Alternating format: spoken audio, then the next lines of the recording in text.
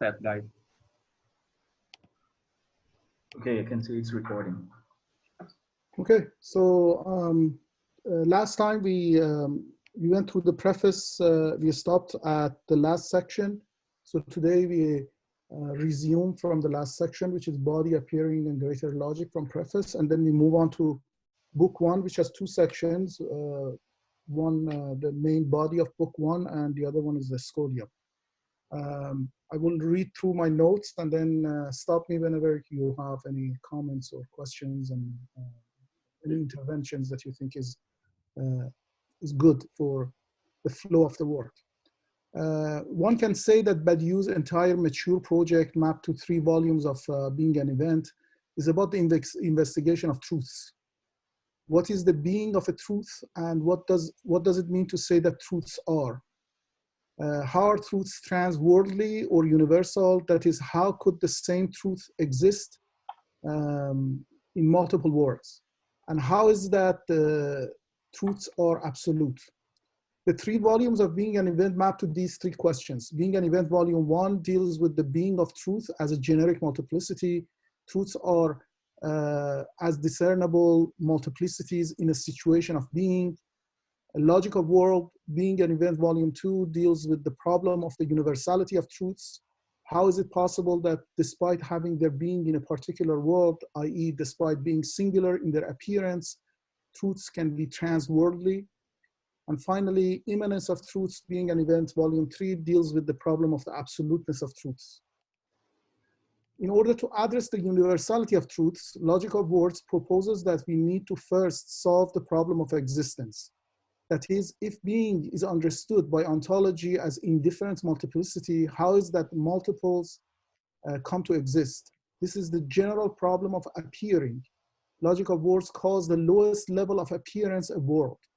The problem of appearing as a world is then broken down to 3 different problems.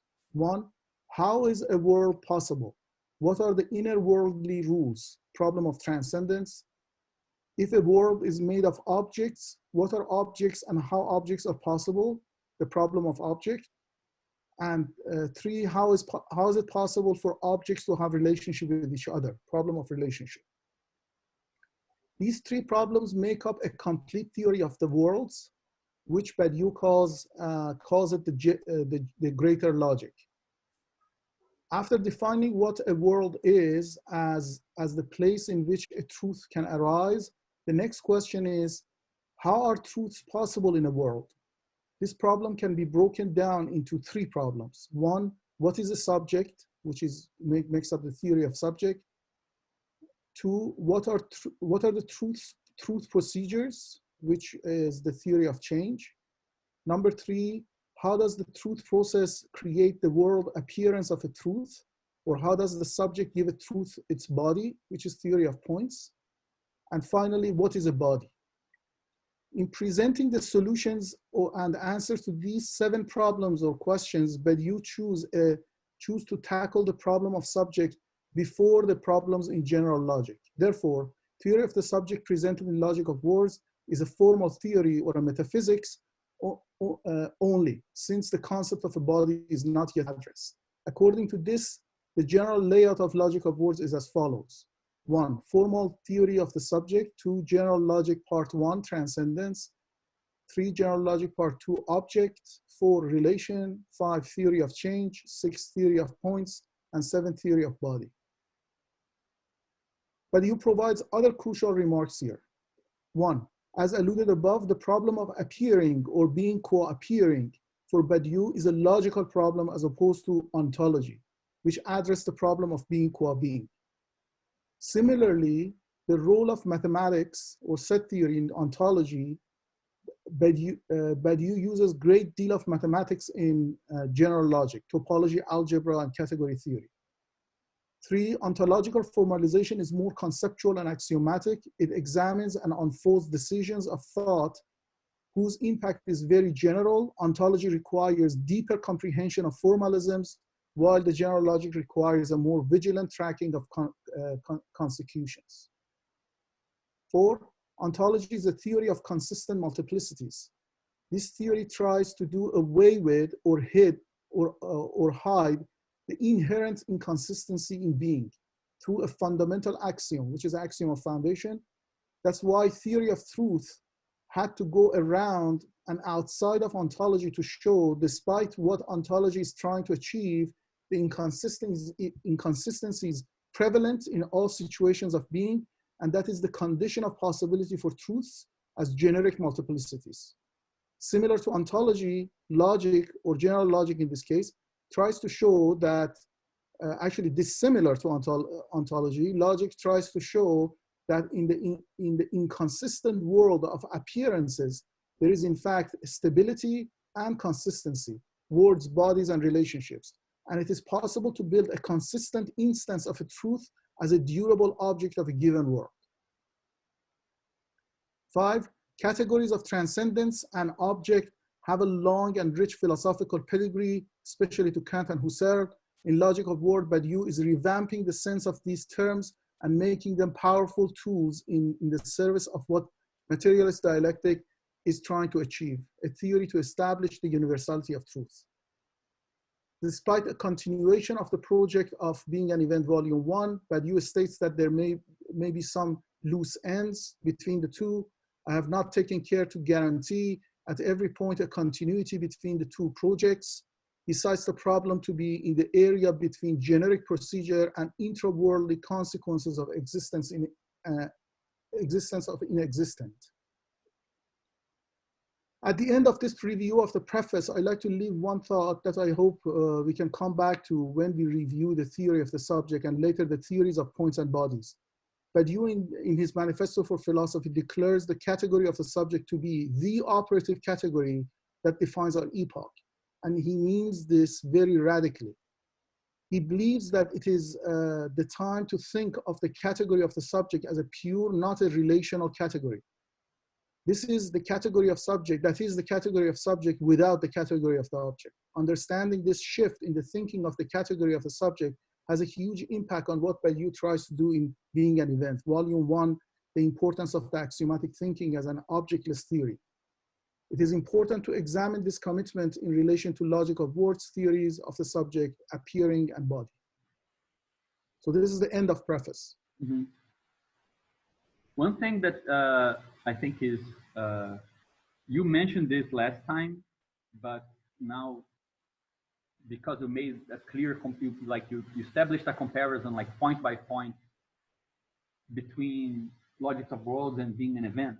I think that one thing that is clear, and it should actually lead us perhaps to a retroactive assessment of Being an Event, is that Logic of Worlds does have a very similar structure to Being an Event, with the exception of one thing, right? So if you remove the first book, The Formal Theory of the Subject, the chapter on transcendentals has a very strong relation with the basic definition of situation. Then the definition of objects and relations has a very strong resonance with and relation to the chapters on states and sites and all those things. And then the second part of Being an Event, which concerns the event, has to do with the chapter on change. The construction of generic procedure is kind of divided between the theory of points, of organs, and body. So you have a kind of mapping. But in Logic of Worlds, he decided to put the theory of the subject in the beginning, which is something he didn't do in Being an Event. Yeah, he did it at the end. He did it at the end, exactly, which is interesting because I do think that this is a change in, let's say, argumentative style.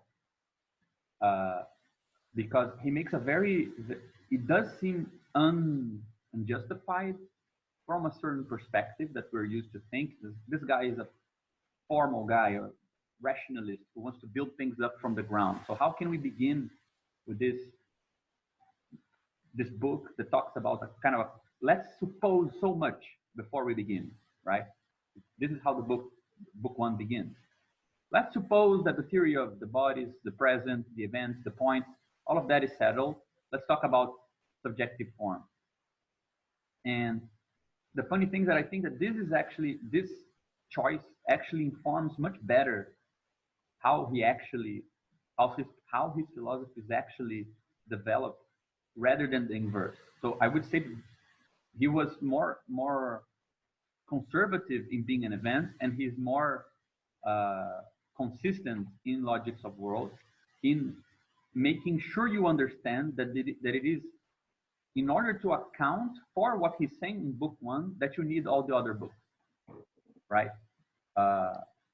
This goes on the same direction of what we were saying last time, that it's funny because he even uses this really weird expression in book one about an empirical, I forgot what was the word that he mentioned, but it was a very weird choice of terms. We will probably get to it later on, but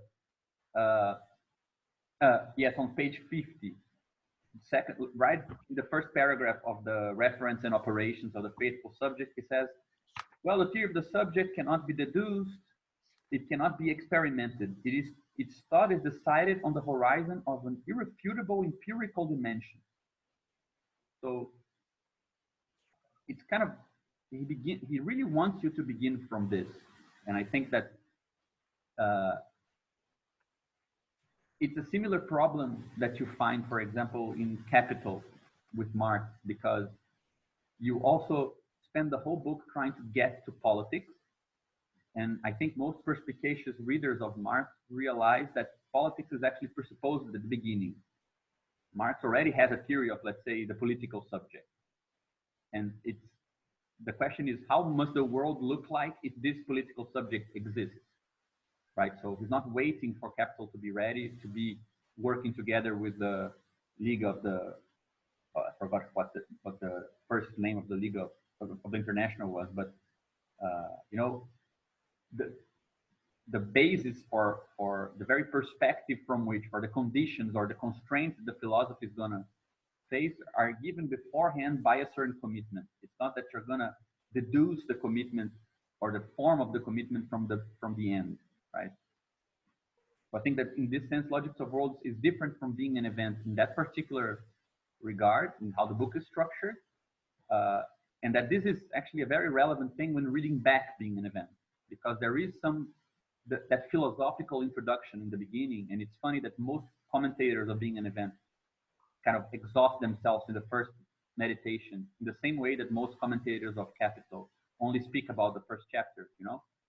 Like, this is where the whole thing happens. Like, the count as one, theory of situations, ontology equals mathematics. It's very much like people commenting on.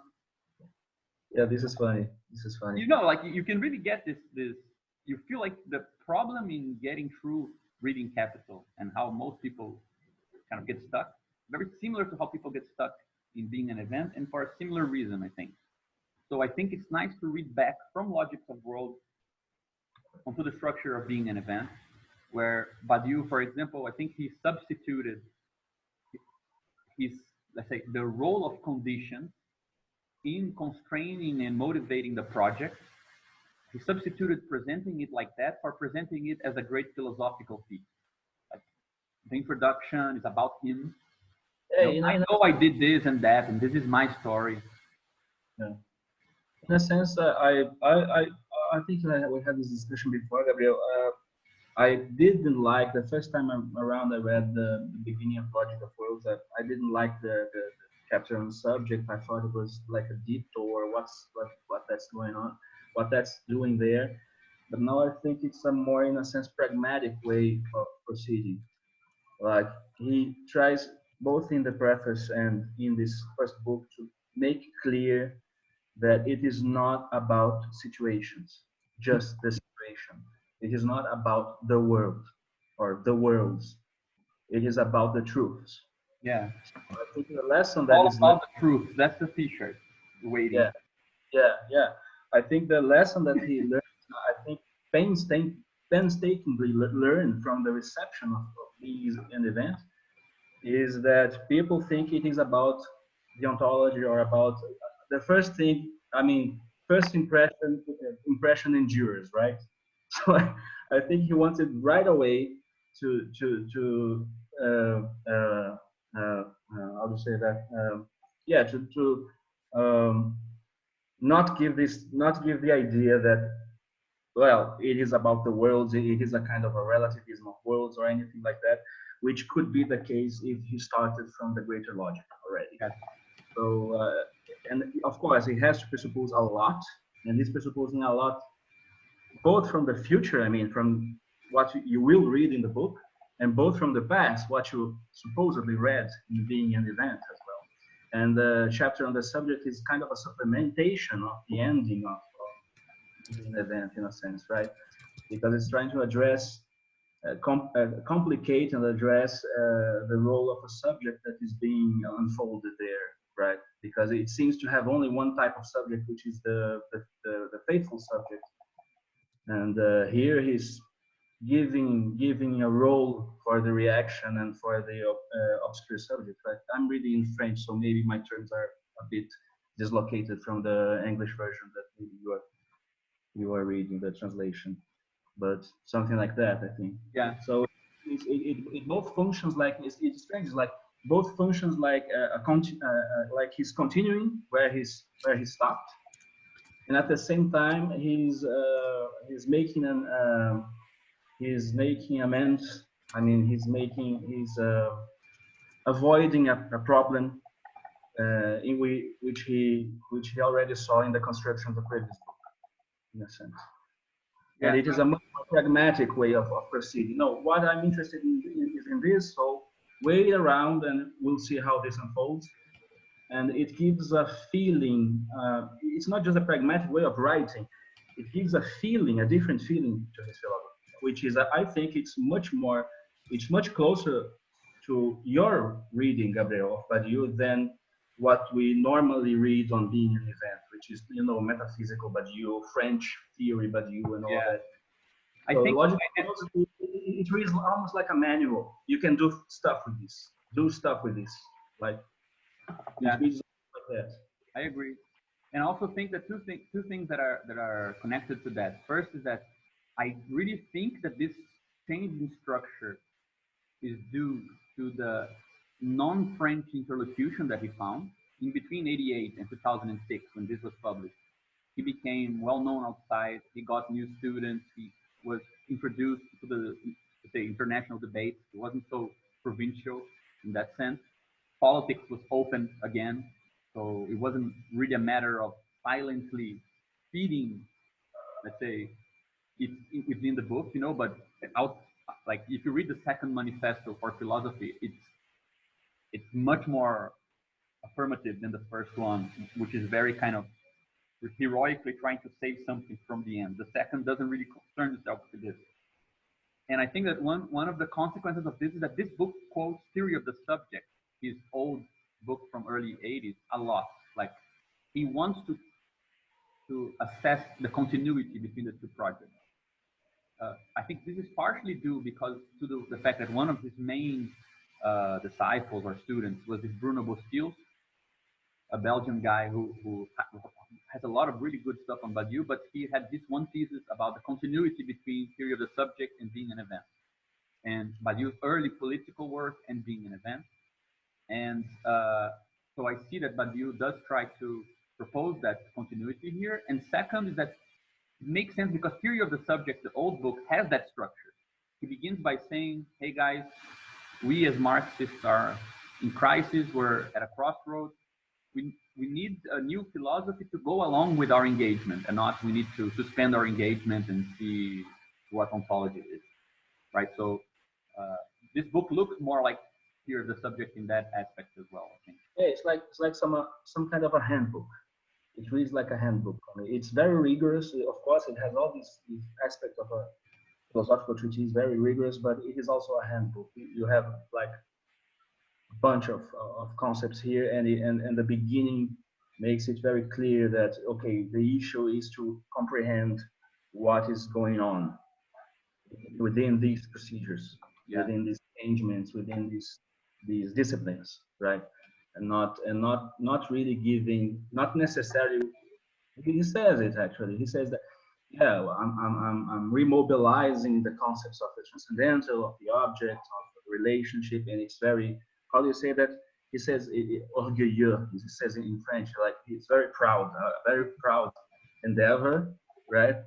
but it seems to be. I think it's much closer to the discussions that we in the circle have about Badiou than the scholastic way of trying to understand his system or his system of the world in a sense. Another thing that I would add to this, just before I stop babbling, rather, sorry, is just that I think it's really relevant to the thing we were talking about last time concerning, let's say, specific or very subtle strategies that are very similar to Badiou's work and sometimes are not really clear to us.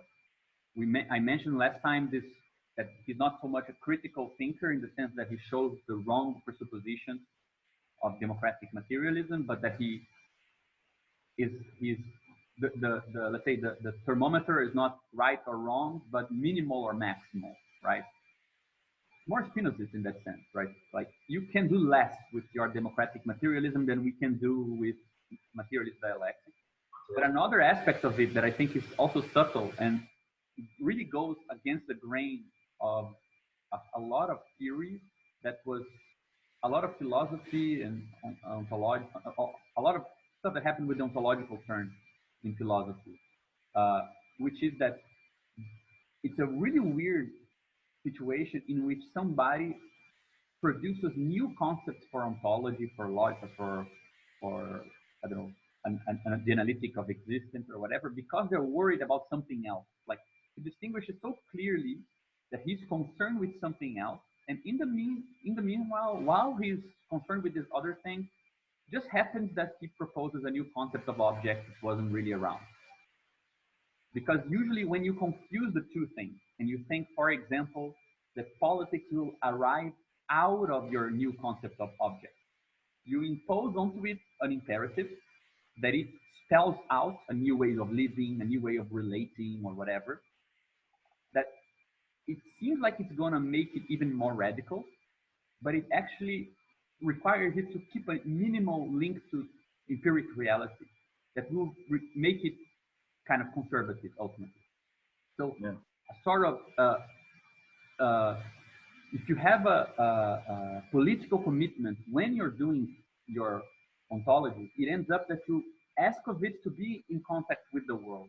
So it won't be as radical an ontology, meaning that connects to worlds that we don't even know of, than if you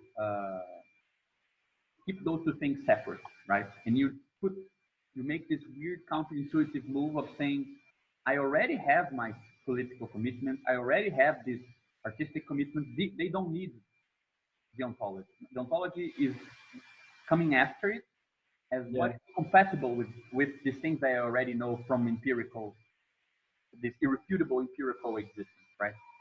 So that's also very subtle in that sense, because we tend to think that Badiou politicized ontology so much that the events and the situation and everything, he does do that in being an event with the concept. Like, he doesn't name things like transcendental worlds. He names them situations after Sartre. State of situation, which sounds very political and things like this. So, just a passing question, right? Because I was reading the introduction to that Infinite Thinking collection, and they wrote there that the situation term comes from Wittgenstein, but I don't remember anywhere in Wittgenstein where he talks about situations actually.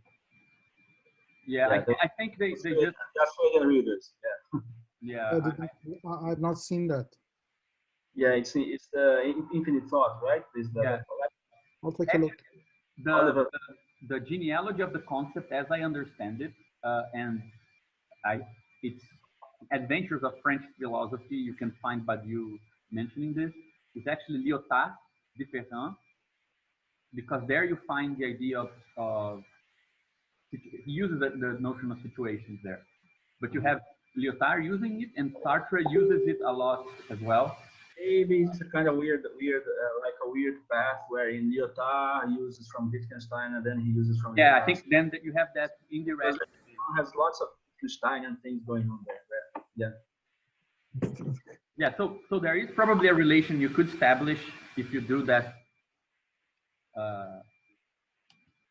That kind of indirect connection there. Oh, Dennis is right. Hey, Dennis is there. Yeah. Hey guys, sorry I'm late. And with this, we end our reading of the first. It was great, guys. Bye-bye. The secret of Badu is revealed. So we come back to the reading. It's book 1. Can you see my screen? Yes. Yeah. Okay. Because I lost it for a minute. Book 1, Formal Theory of the Subject. The first section is Introduction. The strategy of this book is to present the concept of the subject, which is only fully intelligible at the end of the book. We have a quote here. In effect, what is a singular subject? It is the active or corporeal or organic bearer of the dialectical overcoming of simple materialism. The materialist dialectic says there are only bodies and languages except that there are truths. The except that exists qua subject. In other words, if a body avers itself capable of producing effects that exceed the body's language's system, and such effects are called truths, this body will be said to be subjectivated. If materialism dialectic is possible qua subject, then truths is what subjects produce.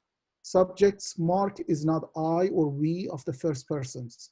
Subject, like every other being, is through a body, and subject's body is what belongs to a world. But theory of bodies is not what is at discussion in this book, for the theory of the bodies requires the general logic. So the study herein is a formal study, and that means a theory that speaks only to the form of the subject where its body is taken for granted. Subjects make truths appear in the world through their bodies. The style of their deployment, the starkness of their imposition on the laws of what locally surrounds them, everything whose existence is summed up by the term subject, only its syntax is that of exception. So how is such a presentation possible despite the lack of an understanding of what a body is? The theory presented herein formalizes the effects of a body, what is under the influence of a certain logic, whether productive or counterproductive. For example, a communist party comprises of a body that is politically subjectivated, but this subjectivation could be different, could be of different orientations toward the public revolutionary consciousness, toward the reactive effect, or toward disastrous liquidation of effects. It is clear that the subject is that which imposes the legibility of a unified orientation into the multiplicity of bodies. The body is a composite element of the world. The subject is what fixes the body, the secret of the effects it produces. This passage and the one below points to the formal description of the subject, which is very Aristotelian. Subject is the form that orients the body as its matter, which in the case of politics is the masses, political propaganda, etc.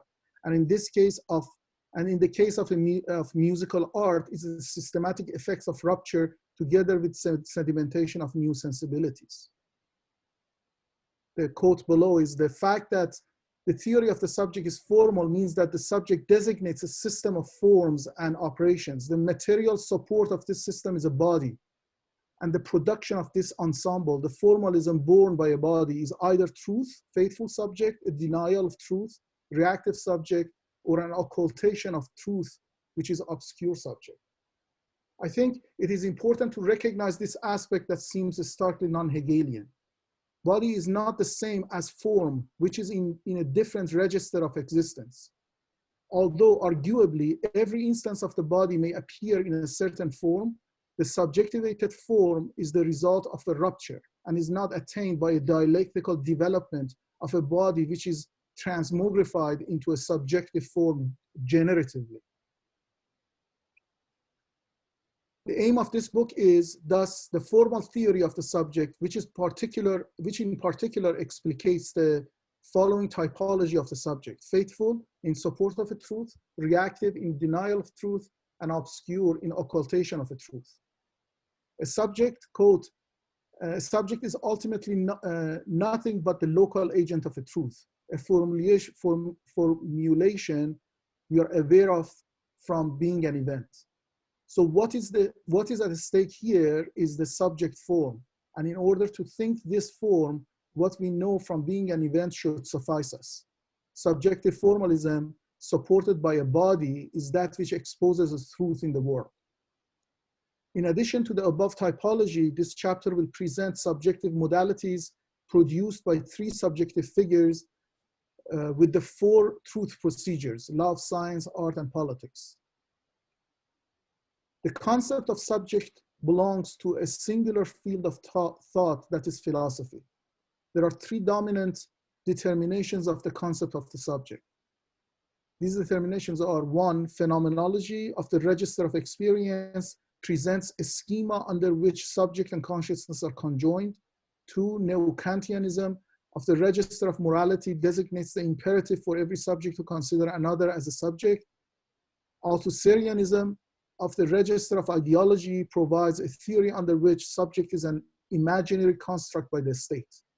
In all the forms above, there is no room for an independent formal theory of the subject.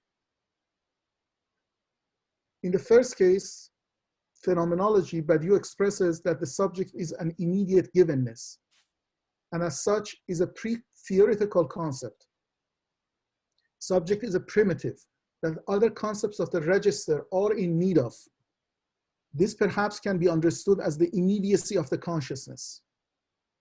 In the second case, which is neo-Kantianism, subject cannot be from a form because it can be of what is at stake in a form, but it cannot be the form itself.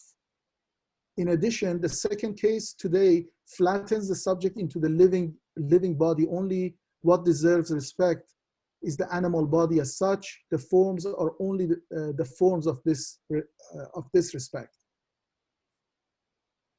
In the third and last case, Althusserianism, subject is a pure form with no body, which in itself does not license the concept of the true form. It is an imaginary construct, as was said earlier. To sum up, in the phenomenological case, the subject is too immediate. In the ethical case, it is too corporeal or biopolitical. And in the ideological case, it is too formal.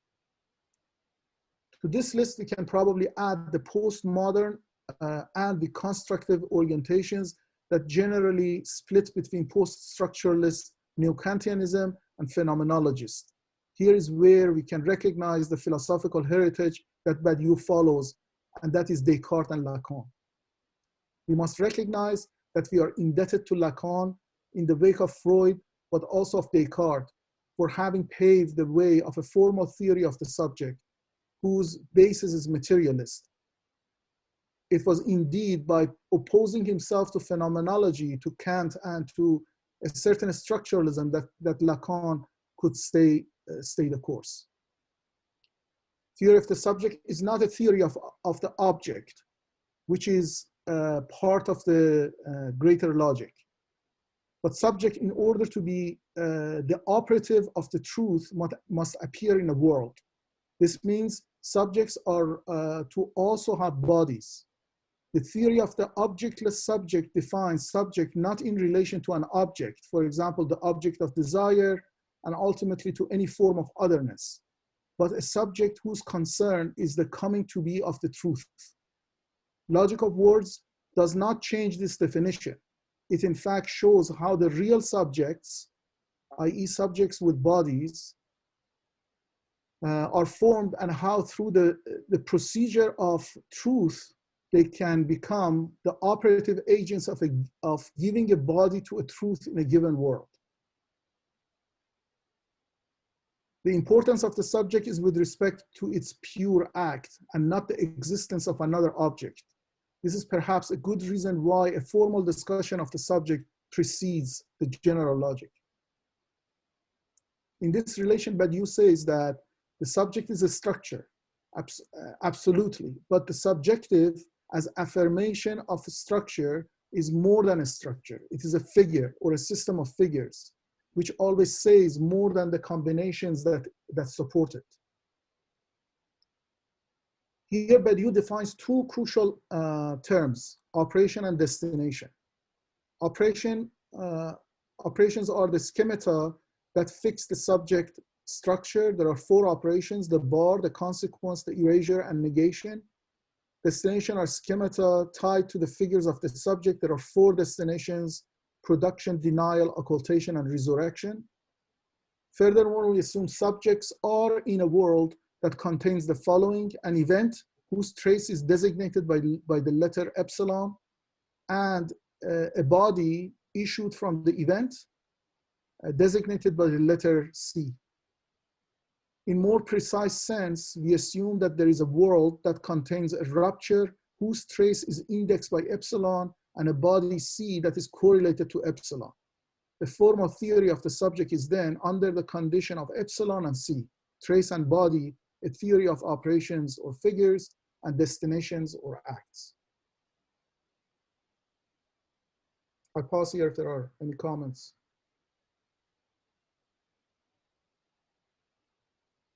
Actually, yeah, I agree. We could stop here and just comment on this first part because there's a lot of stuff there. One thing that I think is a good place to start, perhaps, right at the beginning, I think that it is, I mean, to reread what he says later from the standpoint of the beginning, I think clarifies something, because when he defends this, he defends a thesis that I think is, I mean, this happens, I think, with everyone that Badiou quotes. Like, all the philosophers that he, usually, to begin with, this is something quite interesting, that I've never seen him have a serious interaction or interlocution with another philosopher that he doesn't split into, saying this guy got this right and this is his limit, historical limit or conceptual limit or whatever. So, of course, you have this polemical text, but most of the times where he mentions somebody or engages, and there's always like meditations on philosophers, chapters on philosophers, it's usually like this. So this is crucial because when you see an influence for Badiou, it's good to have in mind that somehow it will be split between something that is kept and something that is not really used. And he makes this reference to Lacan here, and I think that this whole chapter, there's this big temptation to compare with Lacan, or he comes up with a matheme, the idea of a bar and a consequence. It sounds symbolism is like Lacan's symbolism, right? Exactly. I was one of these people who thought this meant a lot, and I spent like 1 chapter of my master's only in the comparison of these 2 things, and now I see that it was totally bogus because he splits Lacan. And the fact is that if you read the first paragraph of this section, he already says something that is very relevant, which is, yeah, though first point is what Alex saying here, the connection comes also, he talks about the matheme and not about mathematics or logic. This is something else. The idea of matheme is important because it's something Lacan liked very much. I wouldn't say if we can define it as an abbreviation of natural language description, but I totally agree it's not a formalism, but there is this text by Jean-Claude Milnet, this very famous psychoanalyst, who he gives a definition. He says mathemes are formalisms you cannot operate on, right? Which is pretty much the same thing as what Alex says, I think. But the fact that Lacan used them like this, you can't really do much with them. You can only move them around in like 2 or 3 or 4 ways that are already clear. You don't learn anything new from them. But so what I wanted to mention that I think is relevant is that, well, he gives us a list of what this history of the subject is not. And he says it's not an experience, it's not a moral category, it's not an ideological category.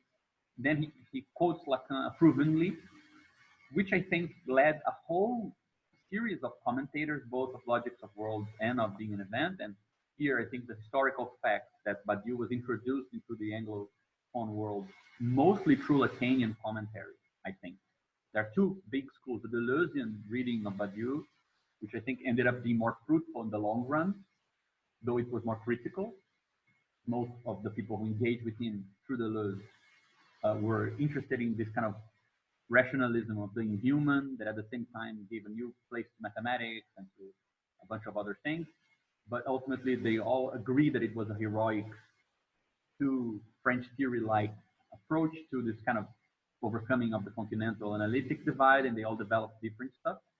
The Lacanians were more interested in the letter of Badiou's text and interlocution directly with him, but they tended to make it seem like what Badiou calls a subject is the same thing as Lacan calls a subject. And I think that this first remark on what he calls the syntactical induction, right? And he says the subject is not indexed by things like I or we, the shifters in statements, rather by the form of the except that, right? And all those things that refer to a sort of immanent exception or something that forces itself even though there is no reason or place. And I think that this is crucial because this is a distinction from Lacan that has profound consequence, because even though psychoanalysis does try to subvert the place of the shifters, and it doesn't take what a subject says of her or himself to be the truth of what it has been said about themselves in that statement, right?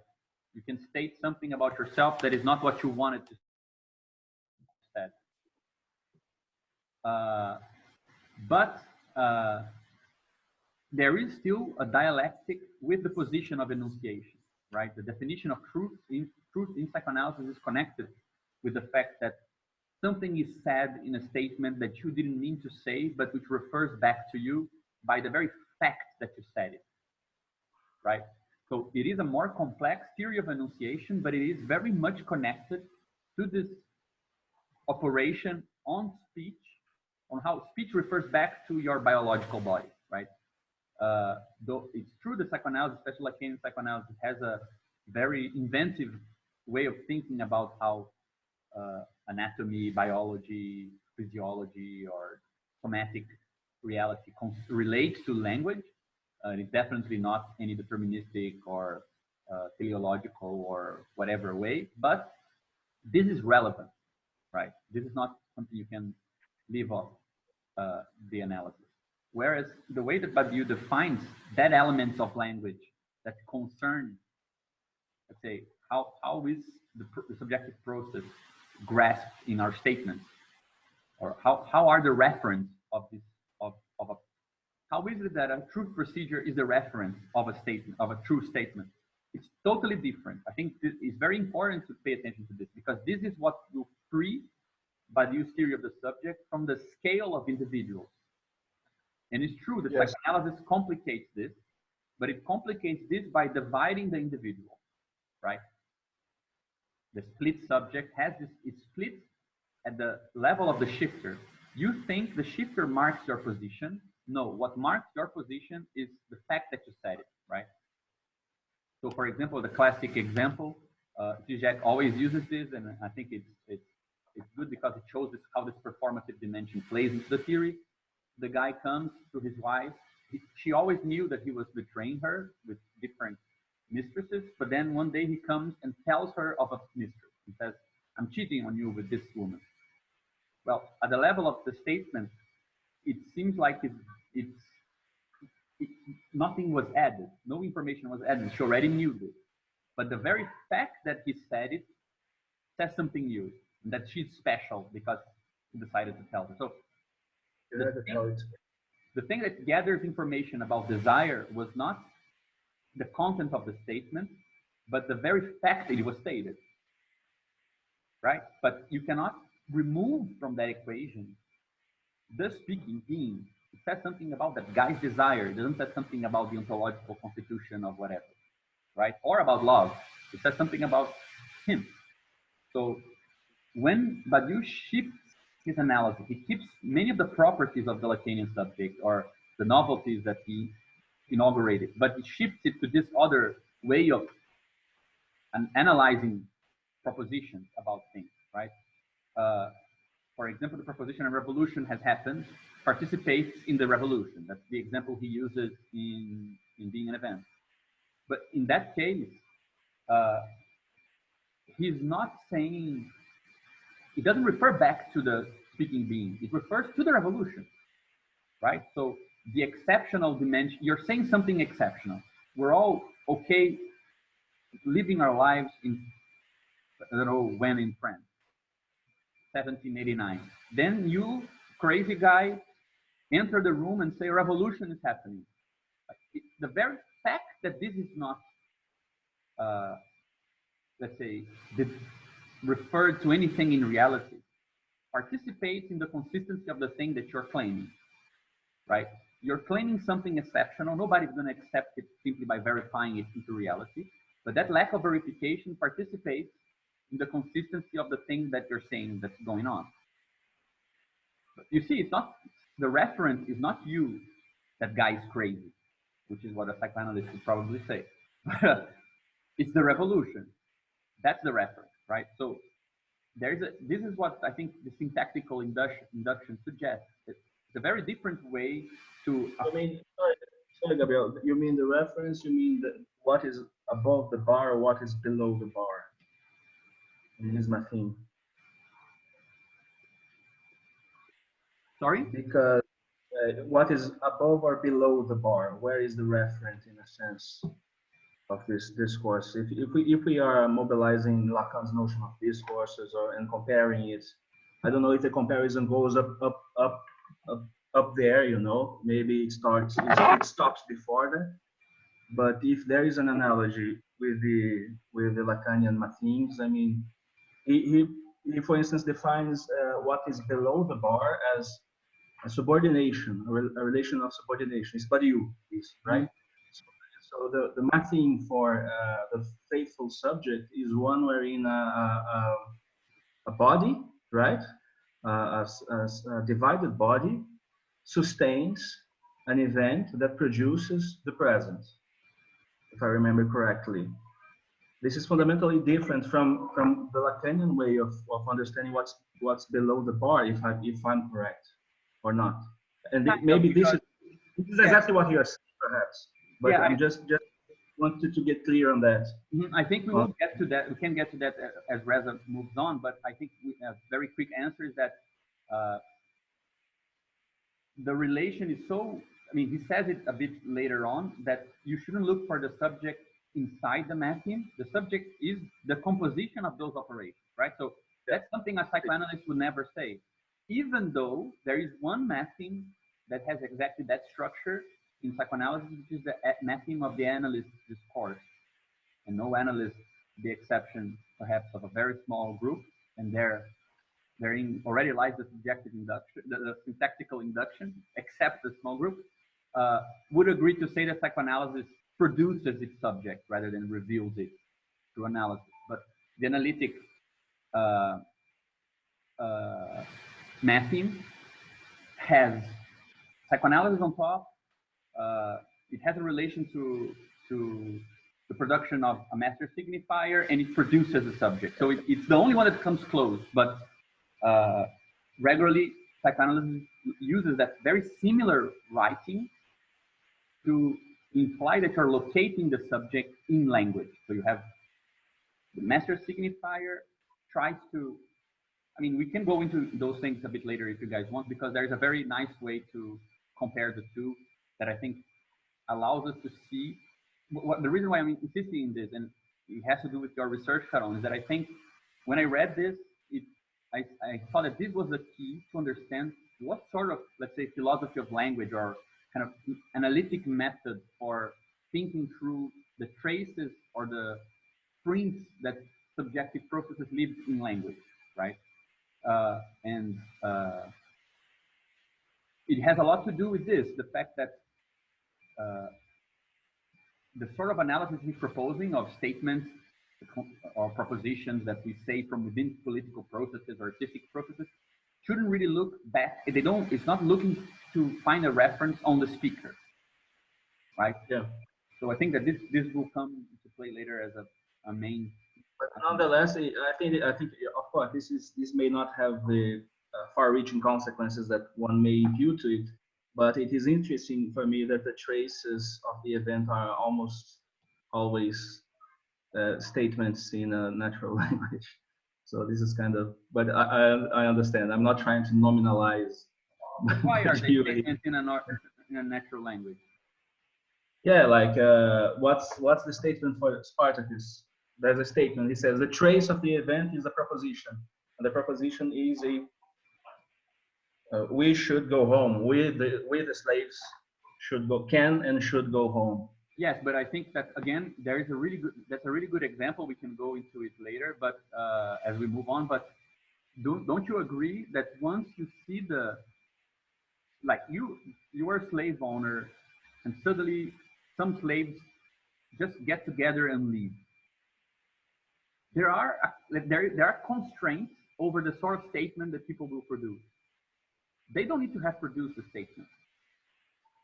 But nobody needs to have said this. But if you do say something, you can either say things like, "These guys are crazy. There's only the good of the community," or yeah, they're kind of rebels. It would be much better if they negotiated with. I mean, there are constraints over the sort of statement one can make.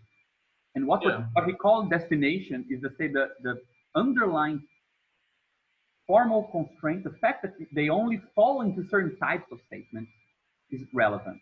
If you say, look at those guys, what they're saying is that they can do this. Like this is what they are stating with their action. Like, yeah, I mean, the statement. I think we had this conversation before. I mean, the statement is derivable from their action in a sense. I mean, you can deduce the statement from what they are doing. Like in the chapter on music, the statement. I mean, the trace of the event is, oh, we can have a musical world that is not tonally structured.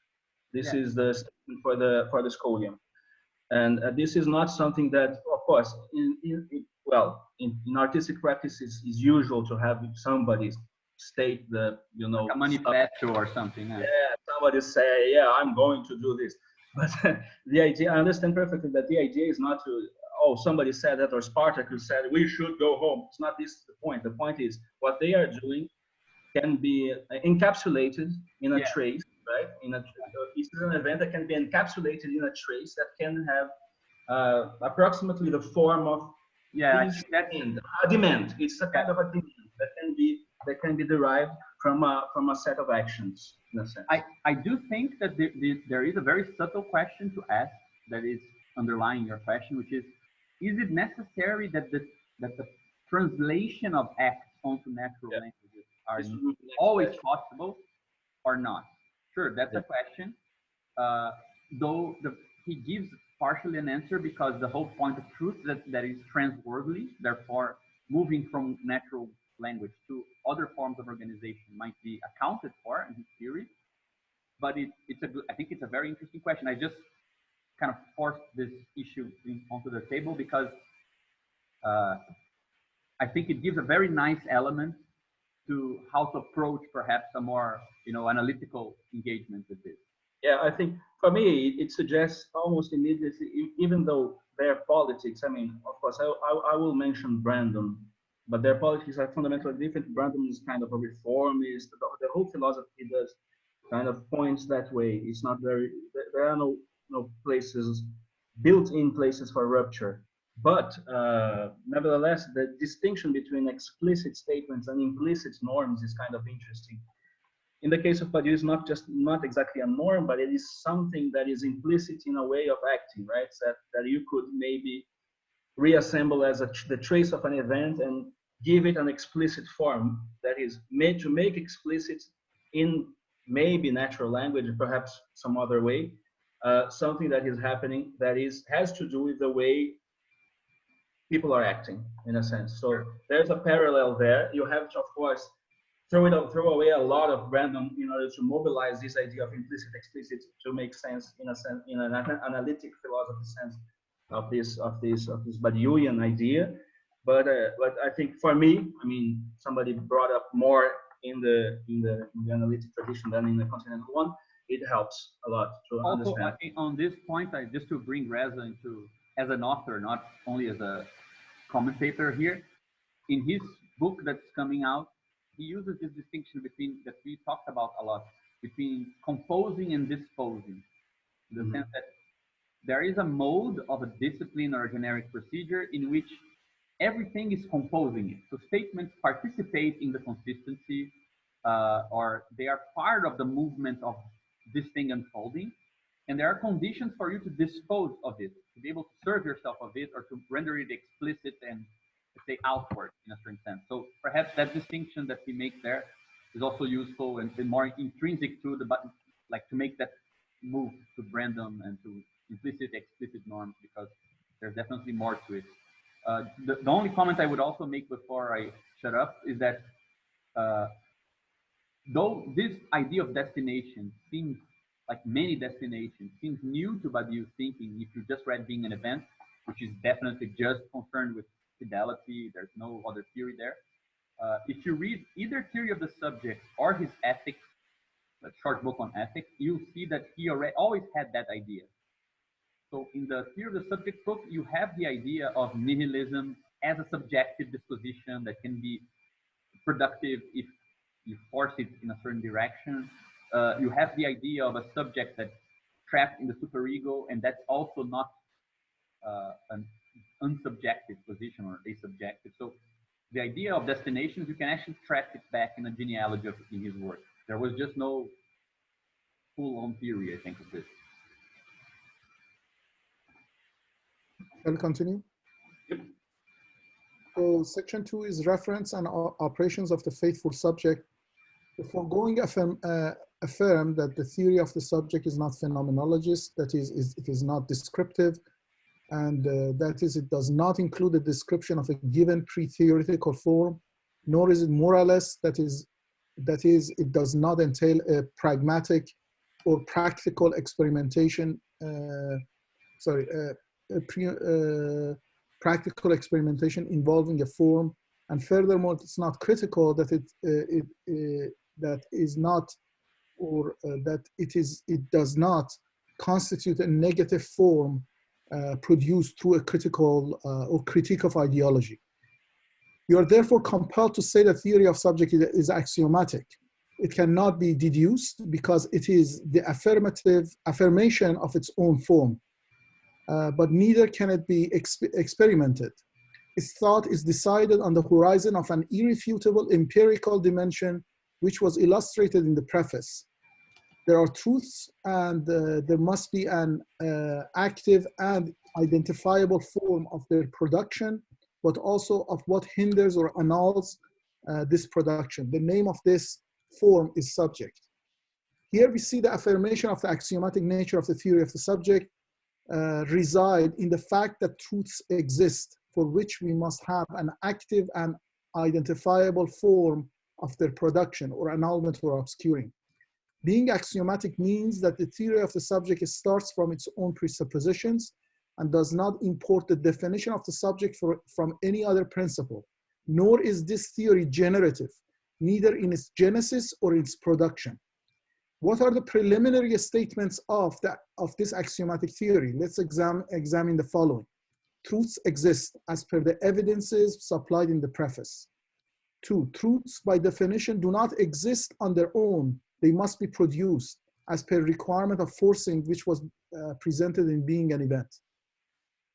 Subjects are the active agents who participate in the production of truths. Definition of this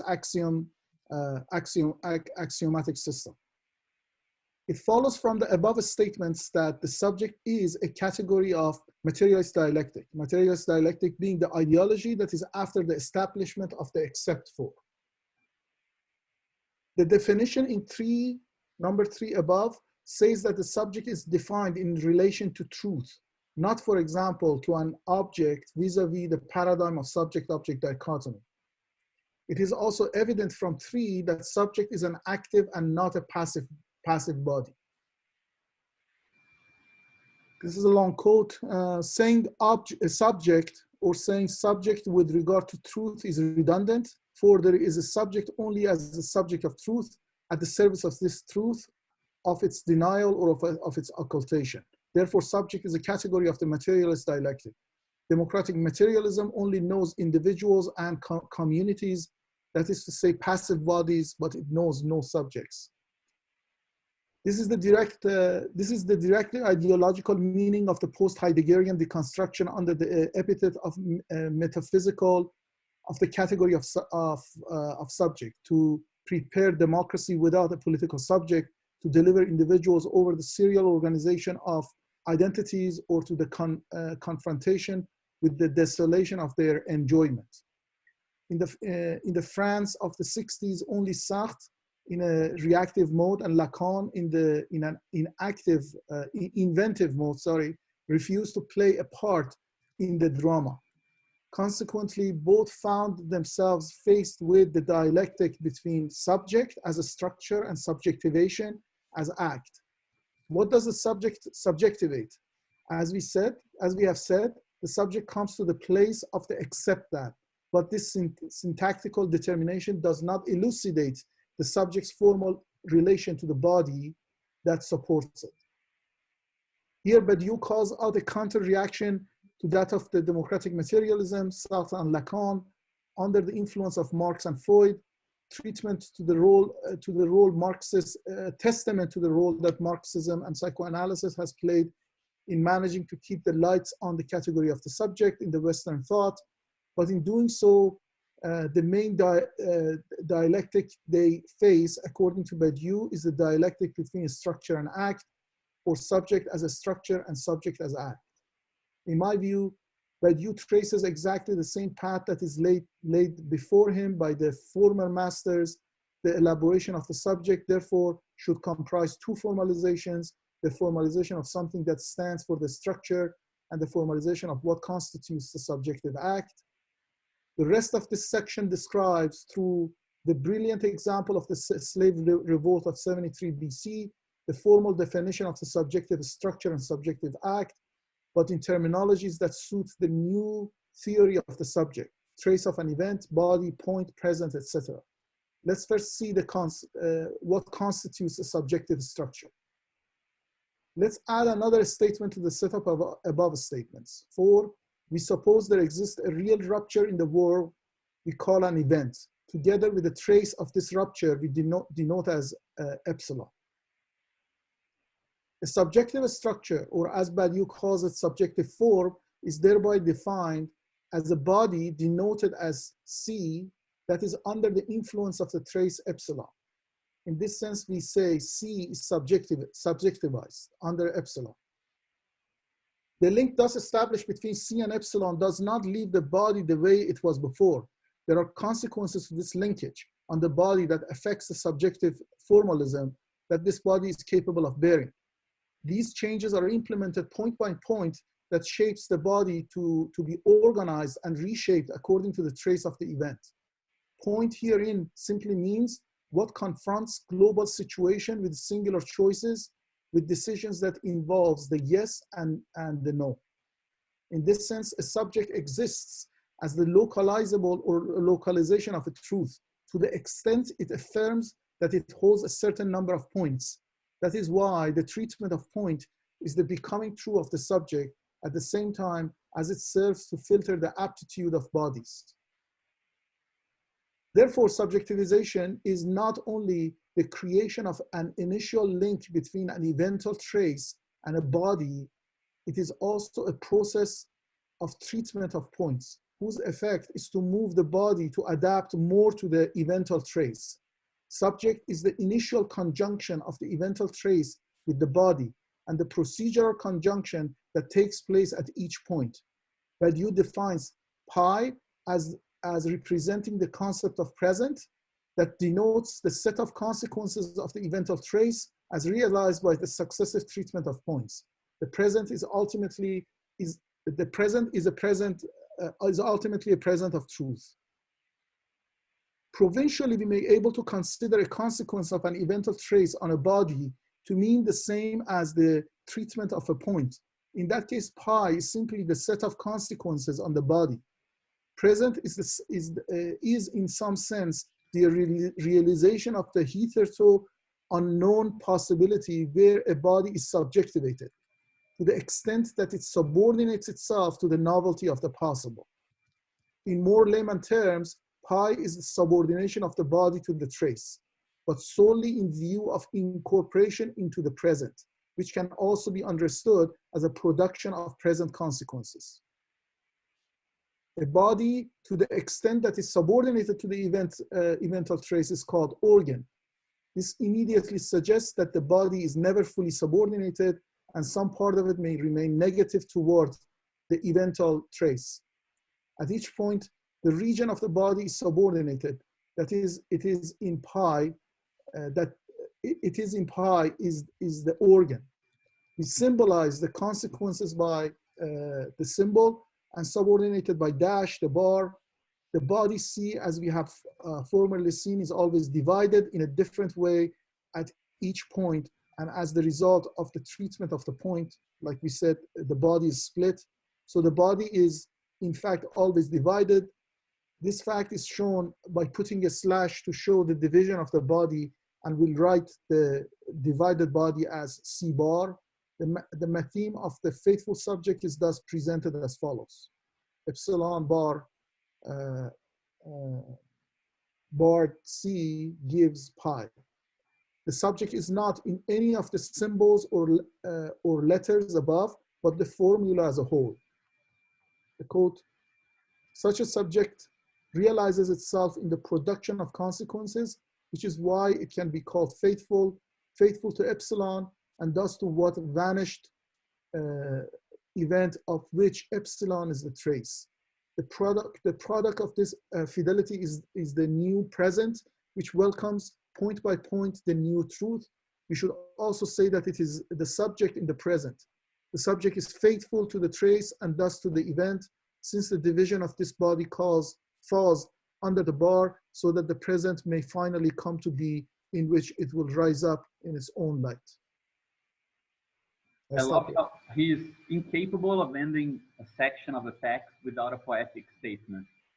Like, he always, his text usually, every section of every big book begins very analytically, very, let me state the terms, a bit of polemics, but he fights the polemics with his rigor. And then when you get to the end of every section, there is like one, either a quote from a poem or like a very kind of rhetorical and kind of aesthetic remark, you know.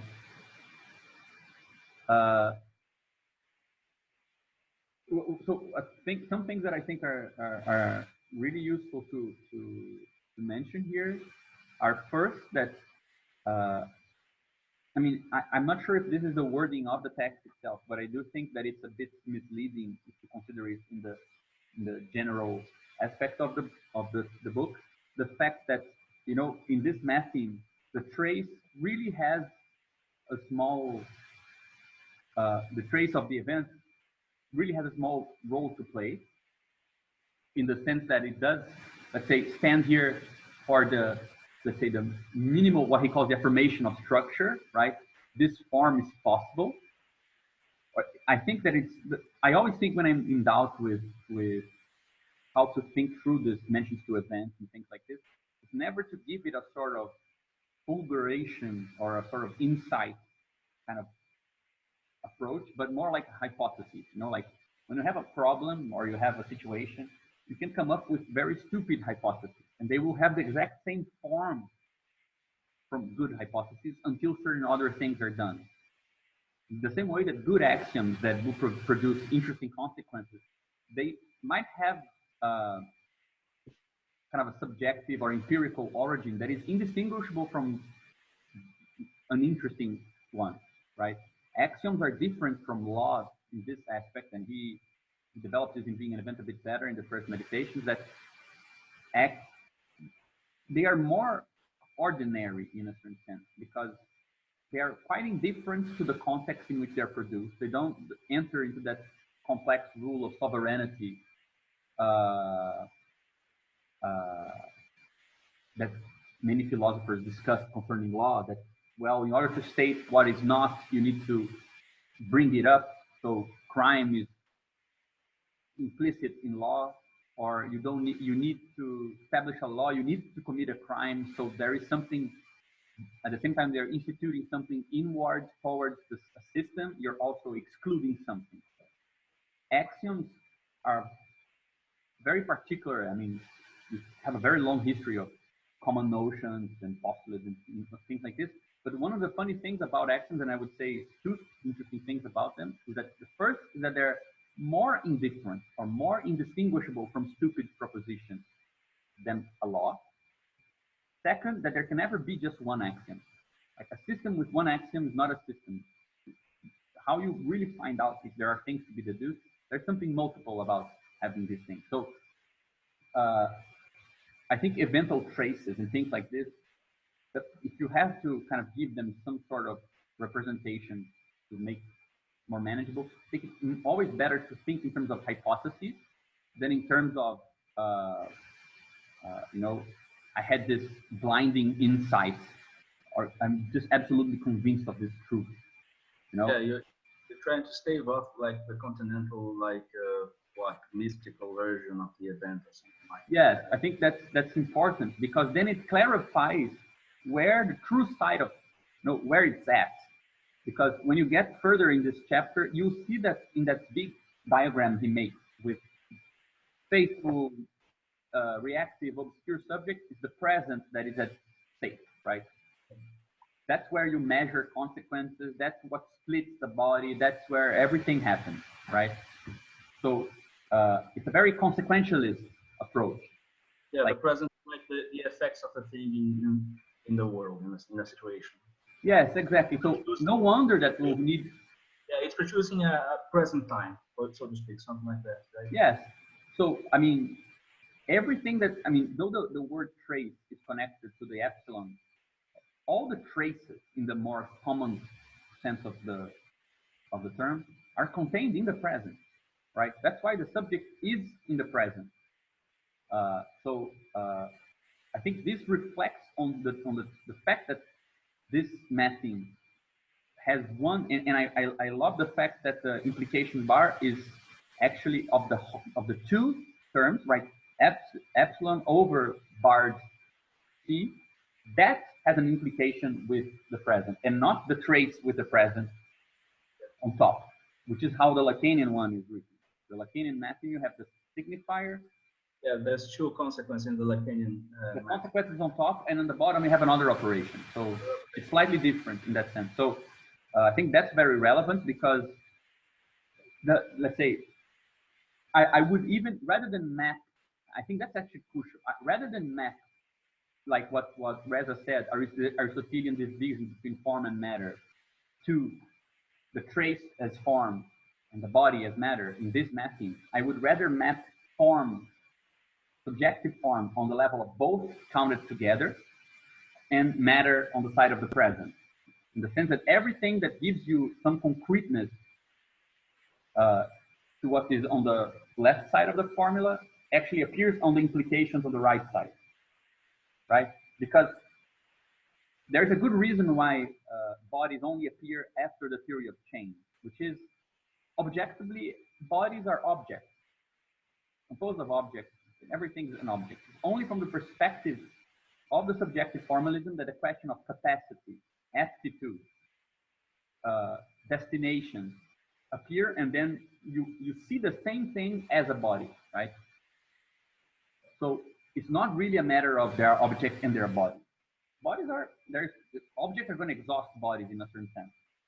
So first point is that I think it's very important to see the mapping kind of vertically as divided rather than horizontally, you know? And the second thing is that I think it's a really profound thing. And I think that in this sense, he's perhaps only kind of in the company of Deleuze. And I think that the Lacanian school, Zizek, in a very kind of indirect way, because this is not something that concerns Zizek so much, on the side of people who are trying to think revolutionary subjectivity without recourse to the category of future. And if you follow like debates concerning the era of decreasing expectations from Christopher Lasch all the way to the most current debates around it, our incapacity to engage with the future as a place of open events, things that we haven't experimented yet that are gonna happen in the future through some movement in the present. He comes up with a theory where you don't need a reference to the future in that sense to make sense of novelty. And I think that it's a very kind of anti-modernist thing in a certain sense, or a very early modernist thing. It's a way, I think, Descartes or Spinoza would approach novelty much more than the way Hegel, even though Hegel is very confusing on that point, eternity and for Hegel is a complicated thing, but there's no need for progress in this theory of novelty, right? Novelty concerns the category of present, not the category of moving towards the future. Yeah, it's interesting because it seems to me to be breaking completely the hypothesis of the cancellation of the future, like Mark Fisher stuff and all of that. Yeah, yeah. Don't really need the image, form the image of a possible future in order to act, in a sense. Yeah, I don't think that for him, ideas are concerned is a notion that concerns the present. And even though there is a very complicated theory in being an event concerning the anticipation of future process, a process that hasn't happened yet, the fact is that this is an infinite future, because a future in which the generic set would be complete is impossible. So there is a mediation through, there is a theory of anticipation in being an event, but it's not a theory of we are moving towards something better. Either it's better now in a very particular subjective sense, or there's no chance that it will succeed in remaining in that direction. You know, like the kind of the compass for militant activity in every respect does not concern the future. I think that's a very very consistent with his theory of history, which means basically is that there is no history. It's very consistent with the idea that that there are pluralities of events rather than like modernity is the big event.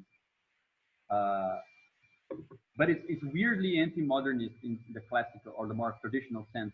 And I think that that's kind of counterintuitive when you think that Badiou is like supposedly the continuation of modern philosophy or whatever, right? So I think that's important. And furthermore, I would say if you consider his latest work, like Immanence of Truth, actually is the inverse, because his work is not really about, like in like contemporary continental philosophy, likes a lot to talk about language in the sense of meaning, sense, displacing sense, and things like this. If Badiou takes anything from theory of language, it's a theory of reference, like the reference of the statement. I really suggest a book called Can Politics Be Thought? And his whole critique of continental approach to politics and philosophy is that people want to forget that there is a reference to political statements. Like, and his statement is simply, okay, if these references are not here, we can construct them. So it goes back to what we were saying. And I think that it also concerns this point because you construct the future as a reference in the present. So it's actually a theory of how to construct the future rather than a theory of how to open it up again. There is less presuppositions concerning how the future is constitutive of political subjectivity, which is something I think Mark Fisher never questioned. Like Mark Fisher, in this point, I think is more traditional, and perhaps Franco Berardi is it's closer to Badiou in this point, in the sense that perhaps future is no longer an operative category for politics. You need to do politics without assuming that that's a necessary term. And I think this is very much in line with that. Other than this, I just think it's worth pointing out that he mentions these two terms that are going to be, like, in my opinion, they are the two most important terms in the book, which are point and organ. And I think that this is, I mean, a lot of people call Badiou an idealist, a guy who has this thing in his mind and he wants you to apply it.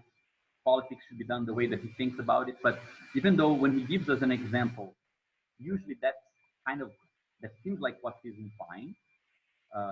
He's very forceful in the idea of what's a good approach and what's not a good approach.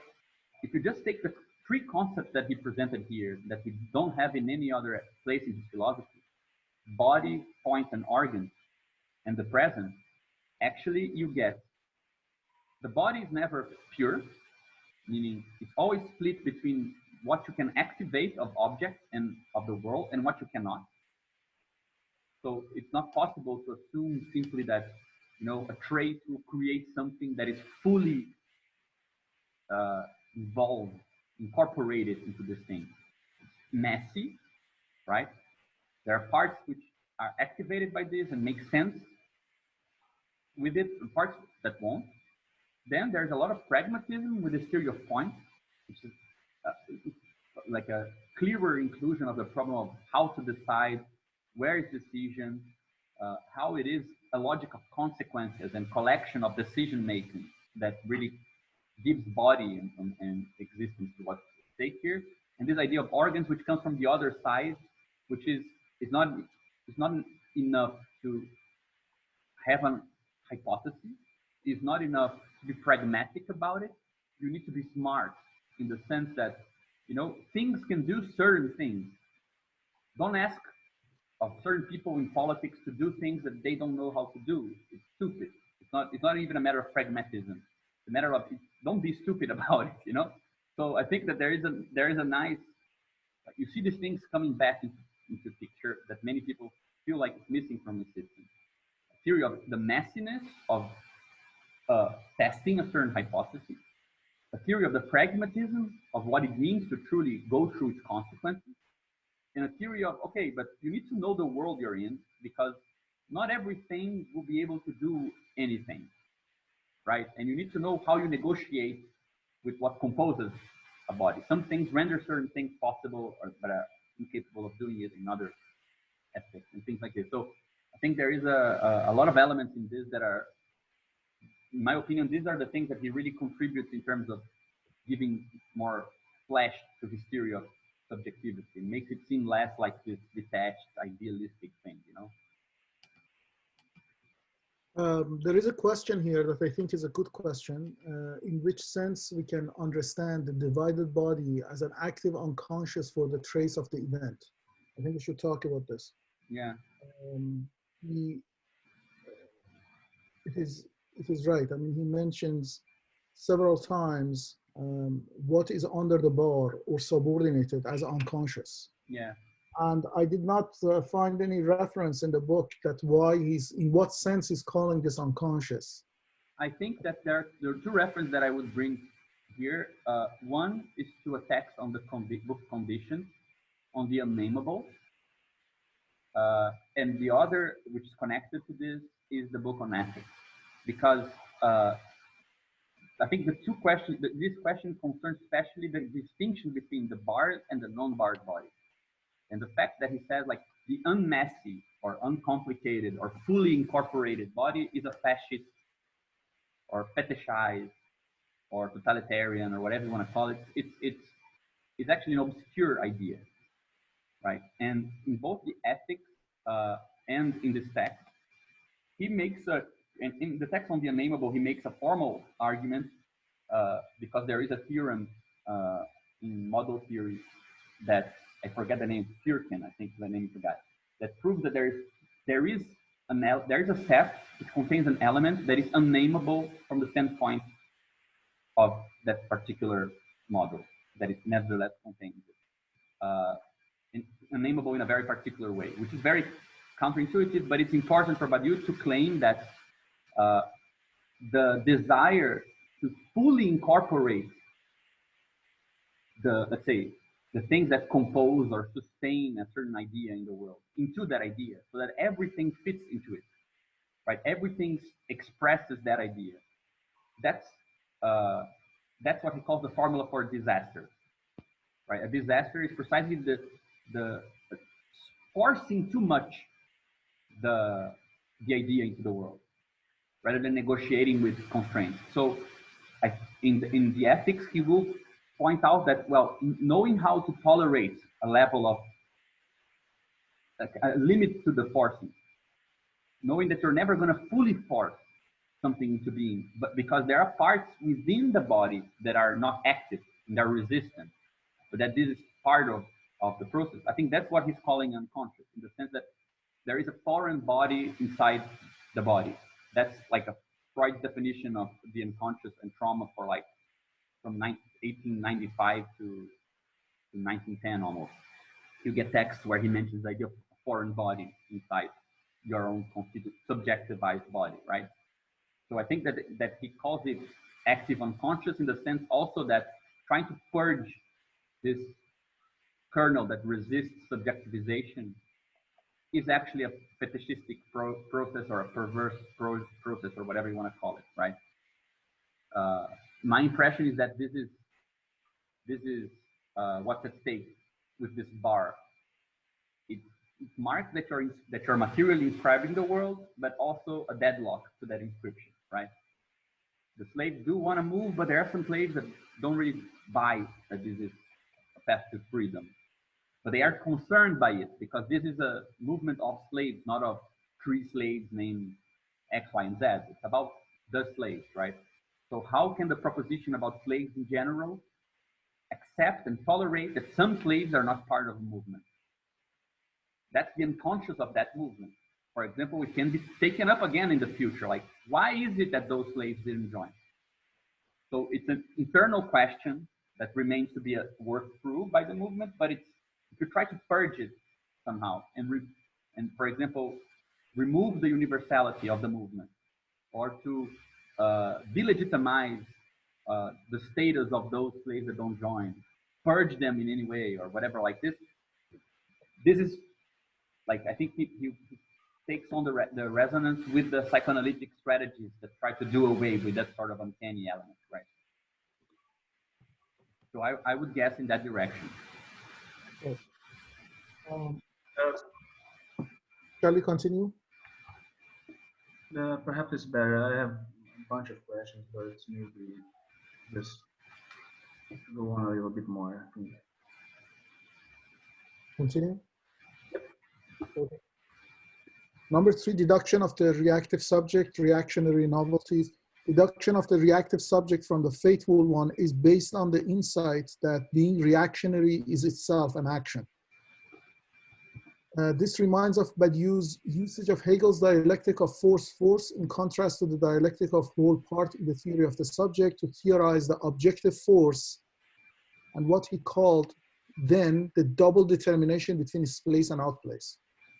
The point was, as the revolutionary forces concentrate, that is, they create new presence in the terminology we just learned, the counter-revolutionary forces also concentrate. This thereby should be understood in terms of the symmetrical relation of one force to another force and not the asymmetrical relation of part to whole. Badiou's deduction is precisely based on the same insight. The anecdotes he reviews demonstrate that the reactionary forces are caught up in a subjective formalism that is not and cannot be the pure permanence of the old. This means that similar to faithful subjects, there is a sort of present that is the outcome of the act or force of the reactionary subject.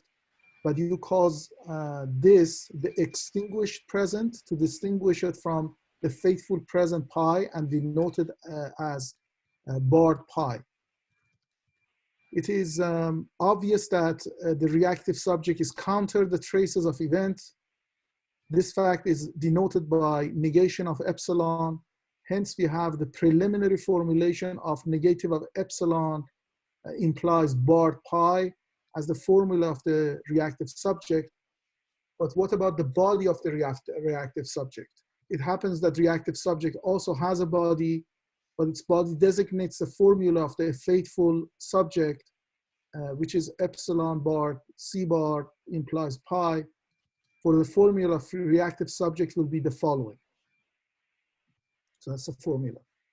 Badiou remarks 2 additional thoughts about the formula. First, that the body is held at the furthest distance from the negative declaration that founds the reactive subject. The second remark is that the form of the faithful subject nonetheless remains the unconscious of the reactive subject. It is this form which is under the bar, authorizing the production of the extinguished present, the weak present.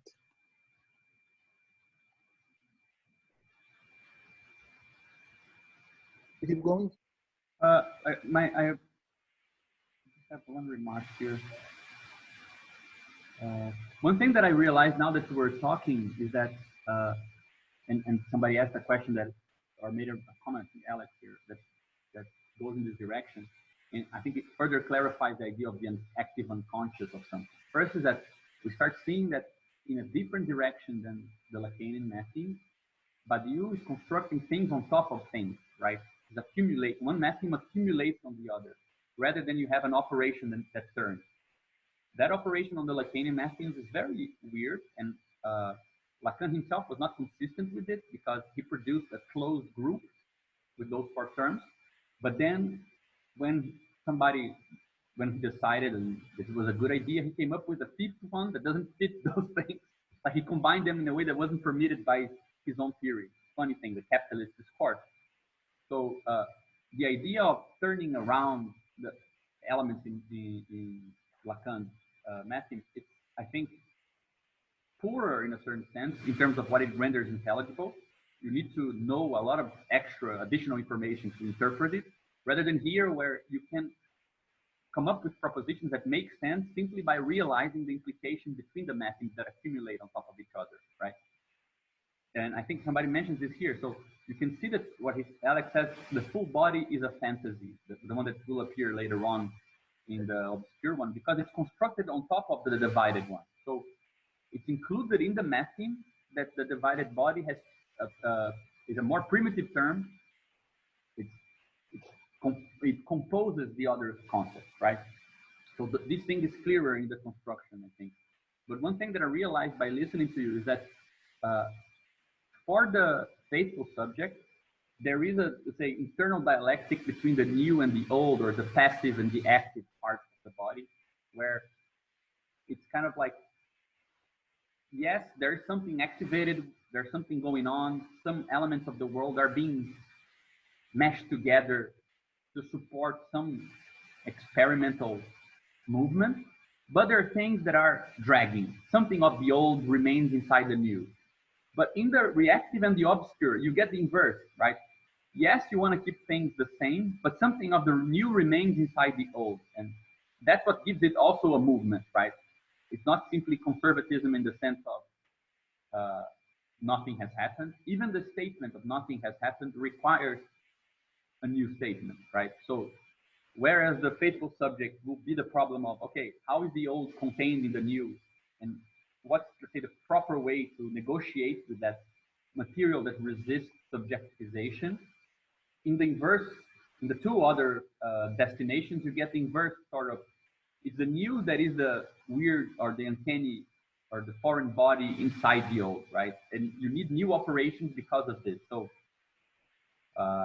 you get a mismatch of new and old, or of something that's promising and novel and something that is well established in both, in three destinations, not just divided amongst them, right? Just the emphasis is different.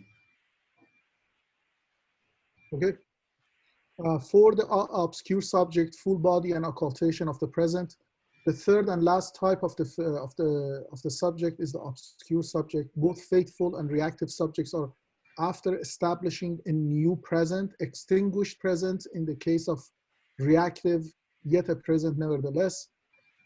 The obscure subject is after abolishing of the new present. Therefore, in the deduction of the obscure subject, it is the present itself that falls under the bar, and it does this as the effect of the sovereign actions in his prayers, lamentations or curses. In this case, the present pi is the suppressed in the formula given here. But what is the suppressing component? For the previous forms of the subject, suppressing component was either the trace of the event, epsilon, or its direct denial. The obscure subject invokes a transcendental, or perhaps we could call it imaginary body, city, God, race, to deny the trace. As the result, real body, the body that is divided by the trace of the event, is itself denied. Therefore, we have some form of denial of the subjectivated body, or the real body is reduced to silence. The same, of course, goes with the trace of the event. It is denied, or as Badiou calls it, the occultation of epsilon as truth. As the result, we have the formula that on top of the bar, we have an imaginary body or a transcendental body that implies the negation of epsilon, which implies the negation of the divided body. And under the bar, we have the present. Badiou further differentiates between reactionary and obscure subjects by considering what is under the bar or what is subordinated or unconscious, as well what consequences each form bears. In the case of the reactionary subject, what is under the bar is the whole formula of the faithful subject. This prompts Badiou to emphasize that the reactionary subject is affected by the faithful subject, even if it has to subordinate this form of the subject. This may also mean that not only the faithful subject has logical primacy to the reactionary subject, the latter is deduced from the former, it also has phenomenological primacy. There must be a faithful subject first in reaction to whom the reactionary subject appears. This may be supported by considering what Badiou says about the reactionary subject. This instance of the subject is itself become the debris of bodies, frightened and deserting slaves, renegades of revolutionary groups, avant-garde artists recycled into academism, old scientists now blind to the movement of their science, lovers suffocated by conjugal routine. What examples? In contrast, for the obscure subject, it is the present that is subordinated. The transcendental body C abolishes the present. Furthermore, similar to the faithful subject, the reactionary subject produces a consequence, which Badiou calls the extinguished present, or the denial of the present. In the case of the obscure subject, as it is also shown in the structure of the formula, it's not clear whether there is any direct consequence. The promise of the obscure subject is the chance of a new destiny under the incomprehensible but salvific sign of an absolute body. So we have three subjective figures, and in summary, the faithful subject produces the present, the reactionary subject denies the present, and the obscure subject occults the present. I think we should compare the list of reactive figures, deserting, frightening slaves, renegade, with the list of obscure figures that's on the same page, which is also amazing. Veterans of lost wars, failed artists, intellectuals perverted by bitterness, dried upon matrons, illiterate muscle-bound youths, shopkeepers ruined by capital, desperate unemployed workers, frenzied couples, bachelor informants, academicians, envious of the success of poets, atrabilious professors, xenophobes of all stripes, mafiosi greedy for decorations, vicious priests, and cuckold husbands. Basically all of us. That's pretty much can describe my country and my life. Yeah. This is the reactive, right? The reactive list. No, this is the worst, the obscure one. The obscure one? Yeah. I don't know. I tend to associate the obscure with, the difference. There's a difference in political science between a conservative and, a conservative revolutionary in a sense. I mean, the obscure subject is kind of akin to a conservative revolutionary, so to speak, with a fascist, which the reactive subject is not really, right? It's just like business as usual, like liberal, capitalist realism, this kind of thing might be the figure of the reactive subject in a sense, right? Yeah, but like, I think that's pretty much what he says. Like in the reactive ones, you have like people who pretty much say, yeah, these guys they think they're doing something new, but things happen slow, or like they're tepid the novelty of what they're doing. Whereas this guy here, he says, he actually, what I think is nice is that he doesn't relate obscurity directly to fascism as the general category. He puts fascism as having been historically one of the obscure ones. Yeah, he puts fascism within the generic procedure of politics as the figure of the obscure subject within politics, only within politics. Yeah, but what I like about this is that the general theory you get from this is that he says the becoming of the obscure subject also crushes this past in the name of a sacrifice of the present. So the sacrifice of the present is more important than the past. It's just that sometimes the past is the best name for the sacrifice of the... You can have a future that sacrifices the present as well. And I think you know, you have right-wing accelerationism that fits perfectly into this. Yeah. Like, they have the same structure, but they are pointed to the future. But the future is, let's say, what you use to destroy the present. And one thing that nobody has done, and I think somebody should engage in this project, is the whole debate here is about how you construct the temporality, right? For example, if you are engaged in a revolutionary movement or any sort, or for example, in the protest that happened in Brazil, you would find people after 2013 reorganizing events or reorganizing timelines based on things that happened in the political movement. So from within a political movement, some dates become relevant and you reorganize. There is a more important timeline than the calendar. You impose it into the calendar, right? It's created with the process, by the process. So you can see how present is actually, it's not in the sense of you live in the moment. It's the construction of something that happens as part of the same thing temporally, right? Like a set of points that construct a certain trajectory. Exactly. Something like that. And it seems that you may have one or other position regarding those points, in a sense. You don't have to have only one position.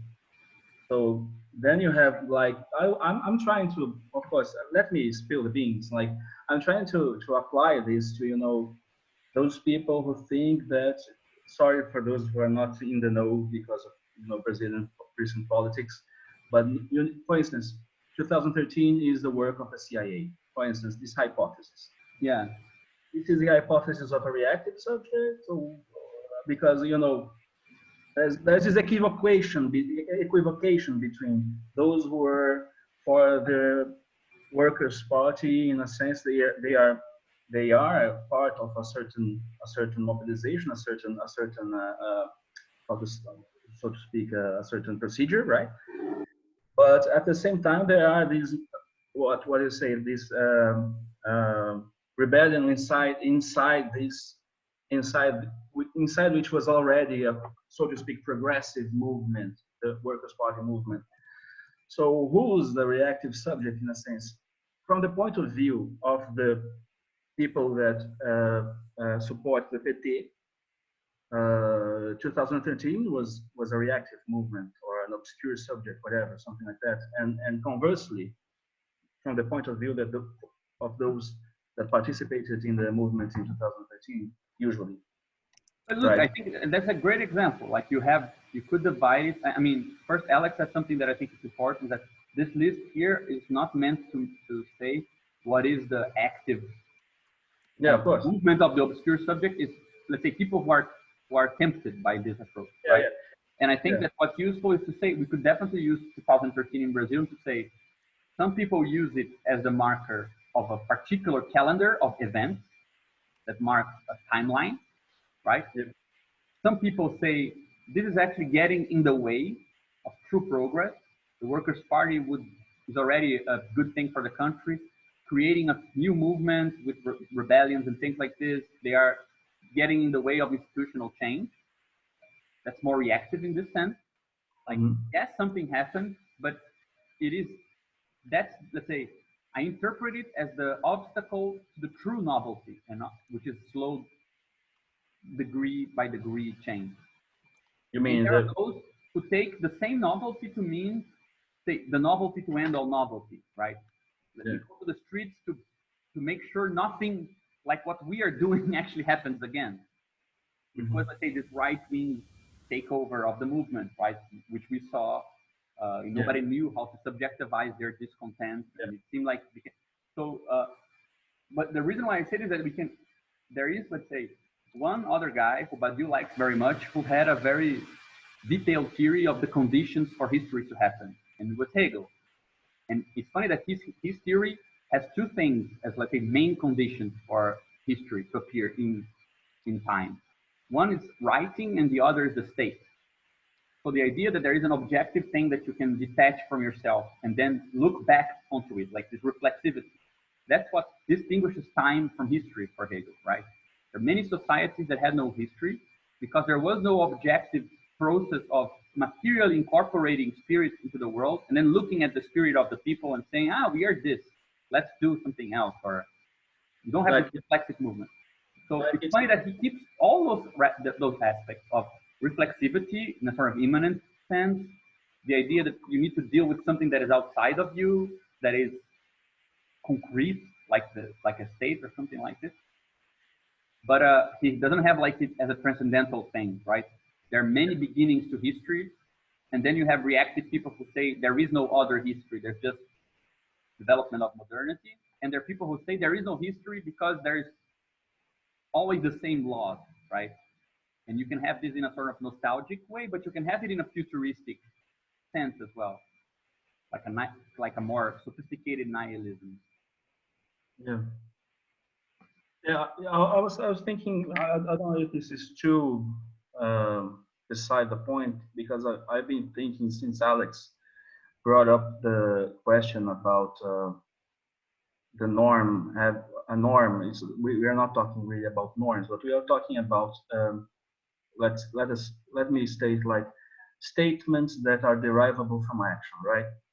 So that a norm should be in a sense conscious, like an object of deliberation in order to be a norm, which I don't agree with, and I don't think that Brandon either agrees with it. But nevertheless, it is a good question regarding a possible gerrymandering objection to, retrieving the traces of an event. Like, it seems to me that the trace of an event is not a defined thing. It's not something that everybody is in agreement with. We don't really know what is an event, what's the meaning of a determinate event, what is the trace of it. For instance, I think the example of Spartacus is fairly simple in a sense, because it seems to be reducible to a certain demand, right? But I'm thinking of May 68, for instance, which is kind of difficult to pinpoint what is the demand or something like that. I'm not saying you should have, you have to have a demand. It's not what I'm saying, but I'm wondering if the formalization of such processes require some degree of consciousness of a certain nomination of the event in order for people to take part in it, or they just take part in it par hasard, we say in French, like by chance, right?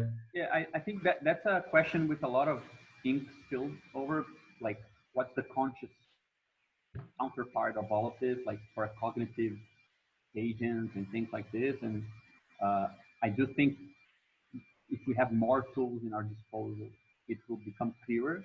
Yeah, of course. There is a certain level of indifference to this, there's a certain level of contingent, but one thing that I do think helps out is that trace sounds like something singular and univocal. So for example, well, we need to suppose people who look at a situation and say something similar about it.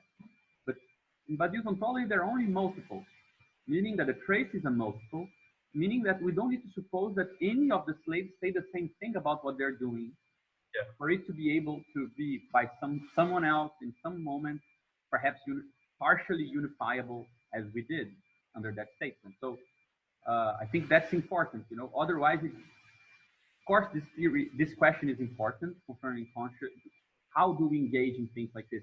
But I think that if you pose that question before having more elements of the theory, you expect it to answer more than it has to. Yeah. Also, it touches upon like the populist strategy in a sense, right? Like you need like a master signifier in order to assemble a certain movement or something like that. So, like you have to have a name for your event in a sense. Like it touches upon certain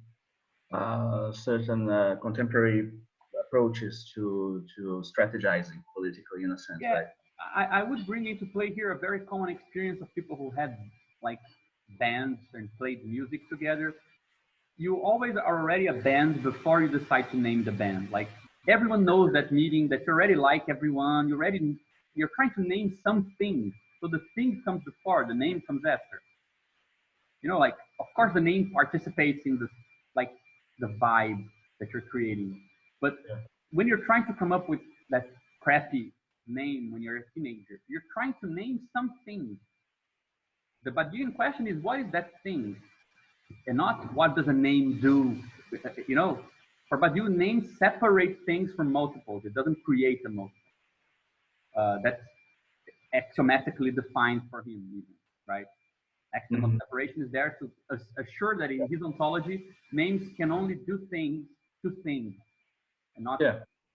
I mean, they are things in other sense, but so I think that the more we have kind of a grasp on this whole machinery, the easier it is to realize that we need to ask less of the conscious decision. Not even the idea of decision is necessarily conscious for him, but that doesn't mean it's automatic. You know, you get a much weaker demand from conscious subjects in his theory, I think. And I think that partially the question of how do we recognize, how do we engage, don't we need to presuppose a conscious person who names things, otherwise none of this happens? I think a lot of these aspects dissolve rather than get answered, but you do get better answers, I think, the more this conceptual thing makes sense as something that is, I mean, there's a good reason it starts with an ontology, because it happens at the level of being rather than at the level of thinking, right? In a more commonsensical sense. So that's also why it's so counterintuitive, I think. Let's continue. The four subjective destinations, number 5, considering the formulae of the subjective figures makes it clear the following observations. The faithful subject relates to an event whose trace, we could say, is at odds with the established regime of what there is, the established regime of bodies and languages. Therefore, being influenced by the trace of an event as the faithful subject is, always implies pursuing something non-existent. This means the faithful subject is subjectivated independent of any other subjective form. This is clear in the formula of the faithful subject, as it does not refer to any other figures of the subject. On the other hand, the reactionary subject is independent on the faithful subject, both logically and phenomenologically, as mentioned before. This means that the faithful subject is defined positively in relation to the trace of an event, and non-relationally, independent of any other subjective figures. Whereas the reactionary subject is defined negatively and relationally. It is the subjective force that subordinates the faithful subject and is in denial of its consequences. This fact is stated by Badiou in the following way. From a subjective point of view, it is not because there is a reaction that there is a revolution. It is because there is a revolution that is a reaction. Based on this, he goes on to say, we thereby eliminate from the living subjective field the whole left-wing tradition which believes that a progressive politics fights against oppression. But we also eliminate, for example, a certain modernist tradition which believes that the criterion for art is the subversion of established forms, to say nothing of these who wish to articulate amorous truth onto the fantasy of sexual emancipation against taboos particularly, or etc. The above example is obvious from the standpoint of the formula of the faithful subject. None of the above examples produced anything new. A similar sort of dependency exists between obscure and reactionary subject. This chain of dependency is summarized as follows. Production gives denial, which gives occultation. Or the denial of the present supposes its production, and its occultation supposes a formula of denial. So you have this diagram of this interdependency, that all of the faithful, all of the forms of subjectivity somehow refer to pi as the present. Reactionary is dependent on faithful, and obscure dependent on reactionary. Badiou indicates something crucial in relation to the two historical examples he provides. The Spartacus revolt was defeated in 73 BC, and the first victorious slave revolt took place in western part of Santo Domingo, today's Haiti. Two different worlds separated spatially and temporally. The motto of the Spartacus revolt was, "Slaves can decide to be free." Despite its defeat, the revolt changed the present for all the subsequent slave revolts, to the point that the victorious general was called the Black Spartacus. This touches upon the two attributes of truth that Badiou mentions in the preface, and which he's exploring in this part, its eternality and its transworldliness. How did this happen? Badiou's answer is that Spartacus revolution, despite its defeat, constitute a new present for the maximum of emancipation. The slave revolution in Haiti, which had leaders who were men nourished on the Greek and Roman history, did not have to start from a blank slate, but from the present that endured the spatial and temporal gaps between the two sequences. I have a note. Can we say that two things were carried over from the first to second sequence: the ideal of emancipation of slaves and the present that was created for this idea by Spartacus revolt? Compare this with Lazarou's conception of saturation of political ideas between two sequences. Where were we? That's a very interesting question.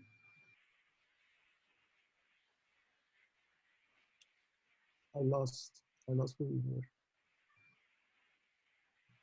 The last line, the present produced. Yeah. The present produced by the revolutionary subject named Spartacus was first denied and then occulted and subordinated, dragged under the bar, and then resurrected in a new world. It is clear that political truth, fragmentarily born by Spartacus and interminably occulted by the bloody triumph of Crassus and Pompey, is here dragged under the bar only to be re-exposed in the appearing of modern communist convictions and their denial. This means that together with the truth of which it is the correlate, slavery is not natural, the subject whose name is Spartacus travels from world to world through the centuries.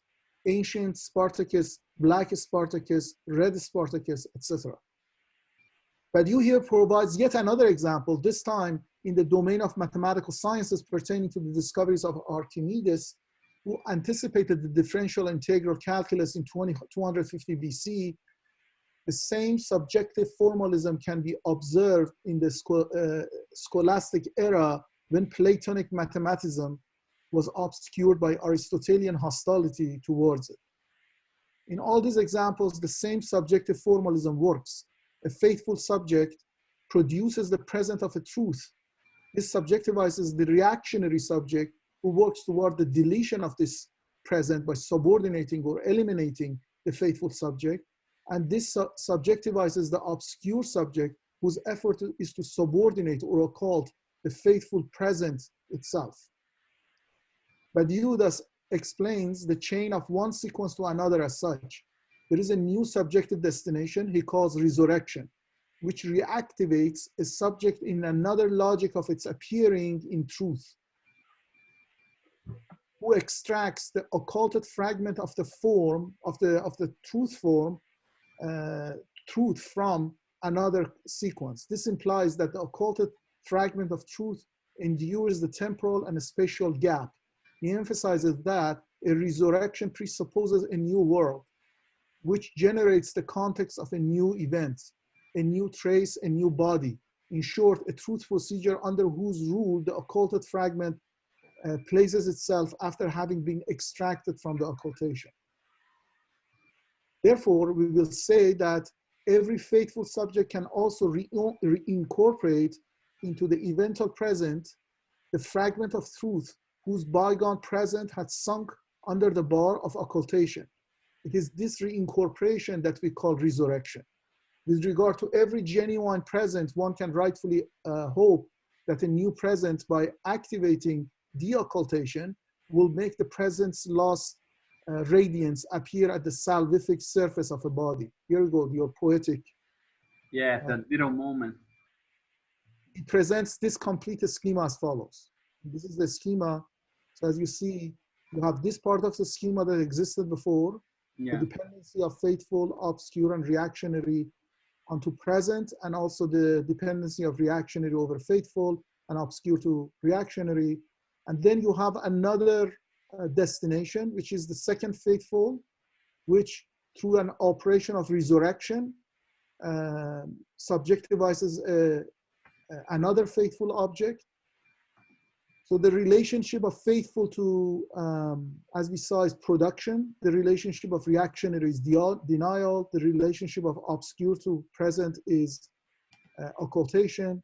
And the relationship of faithful to present is resurrection. And this is the most interesting label. Yeah. Because this one as faithful related to another faithful through truth. So this is what is the transwordiness between these two worlds. Yeah. Obviously, these all belong, faithful and faithful two. This number two means that they belong to different worlds. And this travels between one world to another. Yeah, I really like this diagram that he produces. There is one really, I mean, one quality of it that is worth remarking as well, which is that the resurrection is the only arrow that goes from the present to subject, right? And I think the fact that truth is not identified with what he called the faithful method in the beginning is really relevant, because part of the answer to the problem that we were just asking concerning how do subjects engage, how do people engage with this process is answered by this. Because if you identify the faithful subject with truth, then what happens in a world needs to be born in it. But when the truth is here with this diagram, in the connection between these two positions, what you actually get is the fact that, and I think that this is actually also empirically quite common, that people who are engaged with novel things rarely need to consider themselves authors of it.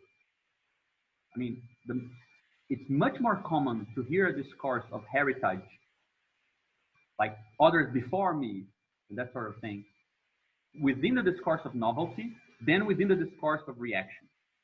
So it's a funny kind of phenomena where, in most of the examples in this book have that aspect, that no one begins anything, right? And there is this Galois says this in his letters, like, I think I'm the first to do this, but I'm not sure. And I extracted this from the work of previous mathematicians. In the musical scene, there's also the connection between people thinking seriality and atonality and Bach. And like, the problem with transworldliness is that if it is truly transworldly, it doesn't begin. You never have it's never attached to a statement, or it doesn't tend to be, or doesn't need to be attached to a statement of the form of this begins here. And we could say that the problem of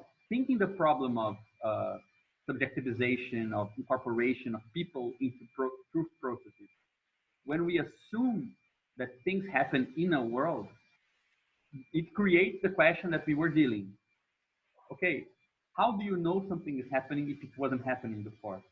But if truth is truly transworldly, then the idea of something never happening before and it having no origin, the two things become connected, right? The form of this hasn't happened before isn't I'm doing something nobody did, a more Nietzschean type of affirmation. I'm dividing the world in two. For Badiou, that's kind of funny, right? The usual form of novelty is anonymity. Like, I'm just doing what needs to be done. Like, I'm not doing, this is not me. So I also think it's a bit malicious. I think the problem of the conscious agent of novelty is partially construed the way it is because it is usually asked by people who never felt like they were part of something bigger than them. Like we pose it in this way because we fantasize that participating in something new means saying to ourselves, here, I'm starting something new.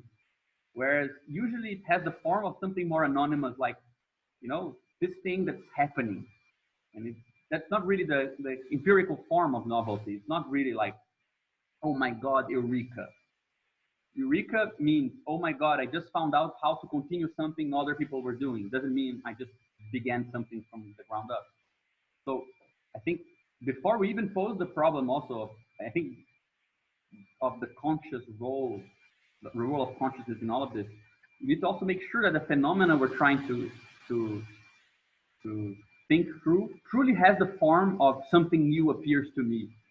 Because I think in the phenomenology that he's proposing, and this is clearer from the fact that the fidelity is always repeated, an encounter is always kind of like a re-encounter, right? Lovers don't say, I met you and that moment everything changed. It's like, oh, we were meant to be, right? That sort of strange ambiguity between it's happening for the first and it's already the second time, or it ended, but it can always be recuperated by others. That indistinction is part of the phenomena, and I think it helps us to place the question of how do we recognize this a bit better. There's always, I mean, empiricism is always continuing. Nobody's seen this begin, right? One thing that I wanted to mention about this diagram, I failed to do it, I should have done it, is in this big diagram, which is part of it is here, one thing that has obscurity in Badiou's diagram, in the Badiou's bigger diagram is, in my view, is this, that if you clarify this obscurity, I think it makes the diagram a lot more readable and contributes to the overall presentation that he's trying to make. If you look at this smaller diagram, all these subjective figures, including the present itself, belong to the same world. Whereas in this diagram, faithful two does not belong to the world that these three belong to. And this is recognizable by the direction of the arrows, because all the arrows of the same world, they are all pointing to the present in this way. They're going to present. Whereas for the faithful subject, which is in another world, is resurrecting a present that is from another world. So in fact, if you want to fully put this diagram together, faithful two actually has its own reactionary, has its own obscure, and has its own present. It's that if we draw that diagram in full, then it really shows what Badiou means by all this, that you resurrect a present that endures over time because of the form of occultation between worlds that is resurrected by faithful two to a new present that belongs to faithful two. And then in that world that faithful two resides, then there would be a reactionary two, an obscure two, so on and so forth.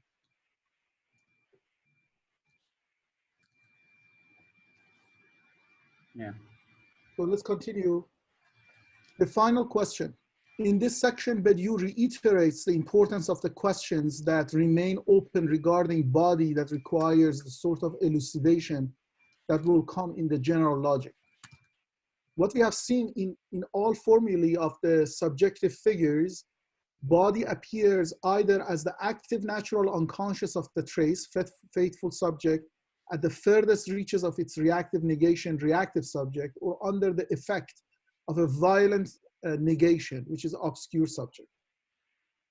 But in all figures, the body must be able to serve as the basis for thinking the visibility of the true in a given world. In this regard, the conception of a body that bears a subjective figure or the truth is different from a conception of body in democratic materialism, in which body appears almost always as the animal body. In contrast to this conception, the conception of body here refers only in exceptional cases in the form of animal body to an organism endowed with biological identity. The body in this inquiry is a composite made of elements: the army of Spartacus, the semantics of a poem, the historical state of an algebraic problem. Furthermore, a body must be thinkable with respect to the following inquiries, which in the context of a Spartacus revolt could lead to specific questions as follows: the compatibility between elements of the multiple that this body is in its being, and in the case of Spartacus, how do the slaves in revolt manage to put together an army? The synthetic unity through which this multiple unified in appearing or as a worldly phenomenon is also unified in its being. In the case of Spartacus, this question is, what is the new principle of command whereby this army can be designated as the army of Spartacus and of some others? The appropriateness of the parts of the body for the treatment of such and such a point. And while we are at it, what a point is, how are the specialized detachment of this army imminently organized in the case of Spartacus? And question number 4 is the local efficacy of the body's organs, which in the case of Spartacus translates into what are the strengths and weaknesses of the military body of the slaves, point by point. This takes us to inquiries that are reserved for the general logic. What is logic in an ontology of multiples or multiplicities? How can logic envelope the real change instigated by an event?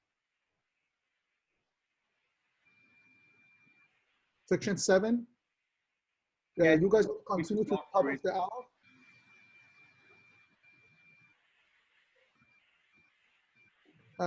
The formal theory that has been presented so far deals with certain concepts that are ultimately related to the appearing of a truth in a given world. In this sense, the subjective formalism is always invested in a world in the sense that born by a real body, it proceeds according to the inaugural determination of a truth. This means that the classification of the subject will finally depend on the classification of the truth, a classification that is different than the figures of the subject. Truth finds its classification based on the procedures according to which a type of truth comes to existence. And there are 4 procedures for truth known to humans, something that has not changed since Plato. Therefore, ultimately, we are dealing with figures of the subject which are classified under each procedure type: political subject, amorous subject, scientific subject, and artistic subject. But how do we recognize that? What type of procedure are we dealing with? Badiou provides an example for political procedure, which usually involves the tension between the affirmation of people's life and the state, whose power has no particular regard for this kind of affirmation. Therefore, what is at stake for a political thinking is the distance between the power of state and people's affirmative thinking, a distance that has the characteristic of being errant without measure. In such a world, a political side can exist, which involves a local disruption of the relation between the mass and the state, from which a trace will endure, which is a fixed measure of the power of the state, a halting point for thought to the errant character of this power. This means that for such a world, a multiple we call A, whose status representation we denote as a state of A, with superpower over the presentation of this world. If there exists an event, its trace creates a fixed measure called little a for this superpower. So the trace implies power of state of the multiple is equal to fixed constant. So that is, for example, to earlier question, what is a state in this case? What is a trace in this case?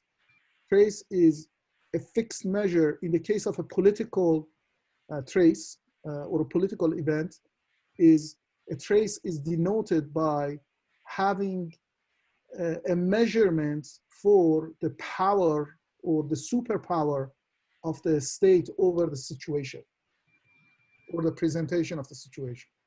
In such a world, with this trace, everybody referred to epsilon is the bearer of a political subjective formalism. The case for Spartacus as well as the case for the Spartakists, despite the difference in their maxims, was subjectivation under the same formal conditions, being subjectivated under the trace whose deployment was that the incommensurable distance between the state and public power, slaves or proletariat, is measurable and indeed measured. The above style of formal definition for the political procedure and thereby the political subject is repeated for other procedures in the next section. At the end, in this section, Badiou provided some remarks pertaining to why he has counted only 4 types of truth procedures, something that has not changed since Plato. In brief, this justification says that the limit of 4 by no means states that there could be only 4 types of truth procedures, but only these 4 could be known to mankind. Similar to Spinoza's argument about only having 2 divine attributes.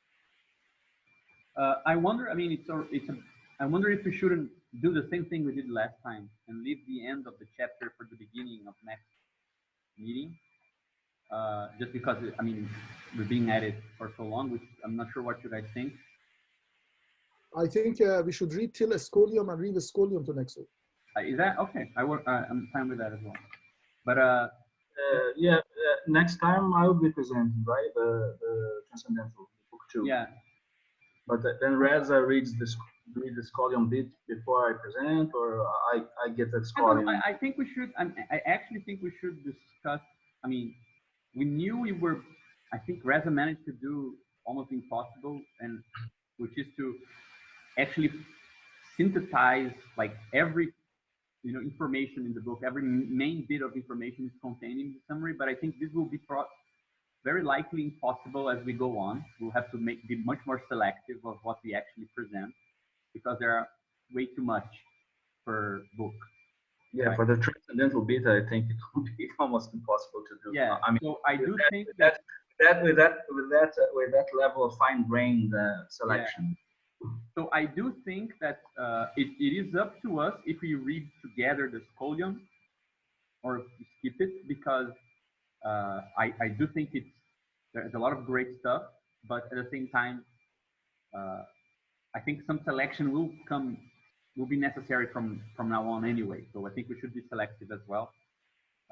But anyway, just for us to ponder how to go about it. I don't mind even postponing typology, because I personally think, in general, that you, in terms of political and scientific procedures, are brilliant. Is brilliant. Those procedures are brilliant. But in that order, it gets worse and worse. The next is artistic, and the most horrible sequence that he usually talks about is love. Yeah, love is I do think you can deduce why that order is the case from what he says, but I agree totally. But just before we move to that, just 2 things that a couple of things. First, that I didn't mention, you added a footnote in a comparison to Lazarus' work, right? And Lazarus has this concept of saturation, and he came up with Lazarus work together with Badiou in many political movements. But Lazarus he has a project which is he wants to think the discontinuity between political subjectivities and processes and movements. He wants to show how you extract resources to think politics from the political movement. Of course, you might import stuff, but it's going to be filtered through that movement. And he wants, that's why he calls his project the anthropology of the name. He wants to show that the reference for names in politics, they require you to have an intimacy with that political process interiority, because it's very singular. So one of the concepts he develops is this idea of saturation, which is to say the language or the mode of a certain politics can get saturated once its historical moment passes. And if you try to simply apply it some other time, you simply have no reference to it. And I think that Badiou, who buys that idea I think almost also like the whole thing. It's by far, if you want to understand what Badiou thinks about politics, Lazarus, I think, is the guy who spells out a lot of it. But he does disagree with Lazarus in a way that I think is clear here, because you want to be able to state that saturation concerns, in my opinion, language and some other level, the level of the idea, is not saturatable, right? So, of course, let's say the resources, the way of speaking, the way of arguing, the reference of a politics are exhausted in that world. But you now has the means to argue that something does not get saturated. Absolutely. Right? I think it's a good way of discussing it. Yeah, I think it's very important to point out that Badiou provides a grammar or framework that Lazarus is just a regionalization of that framework. Yeah, I agree. You mean Lazarus does not, I'm not familiar with Lazarus per se. Lazarus does not accept, for instance, transworldly identification of truth, something like that. No. He doesn't. He places the in the discontinuity between one movement and the next, and in the interiority pertaining to participation in each movement, something like that. Yeah. No, there is nothing. You always start from blank slate for Lazarus. Oh yeah, a blank slate, really. Okay, this is radical. Yeah. Yeah. So previous politics is not politics. Previous politics is like memory, social fragments. Of course, you can use it, but there's no determination from that material onto what a new subjective form is going to be like. There's nothing to continue in any political, meaningful sense. I think this is interesting because I would like just to put a question out there. I mean, not to be answered right now. I mean, but this clash between one conception that is a discontinuous one and another which is a continuous, and maybe makes us wonder what is the warrant of calling something a resurrection? Like how do we know really? I mean, of course, it's another boring epistemological question from the analytic philosopher here, but how do we know that Spartacus instantiation and Rosa Luxemburg instantiation are cases of the same truth, since truth is that which is testified by its re-emergence within two different worlds. If we believe the previous graph that was shown, truth is there when two faithful subjects appear, and the fact that they are disjoint in the worldly sense testify to the fact that we are dealing with an eternal truth, right? So there is a problem of the individuation of this truth, in a sense. Like how do we individuate between truths? How do we know if it's the same? I mean, the same. It's the thing that's a much simpler question than it seems. When you just do a small shift, that I think, in perspective, that I think is kind of, let's say, no wonder Lazarus is so crucial for Badiou. It's a shift that anthropology did.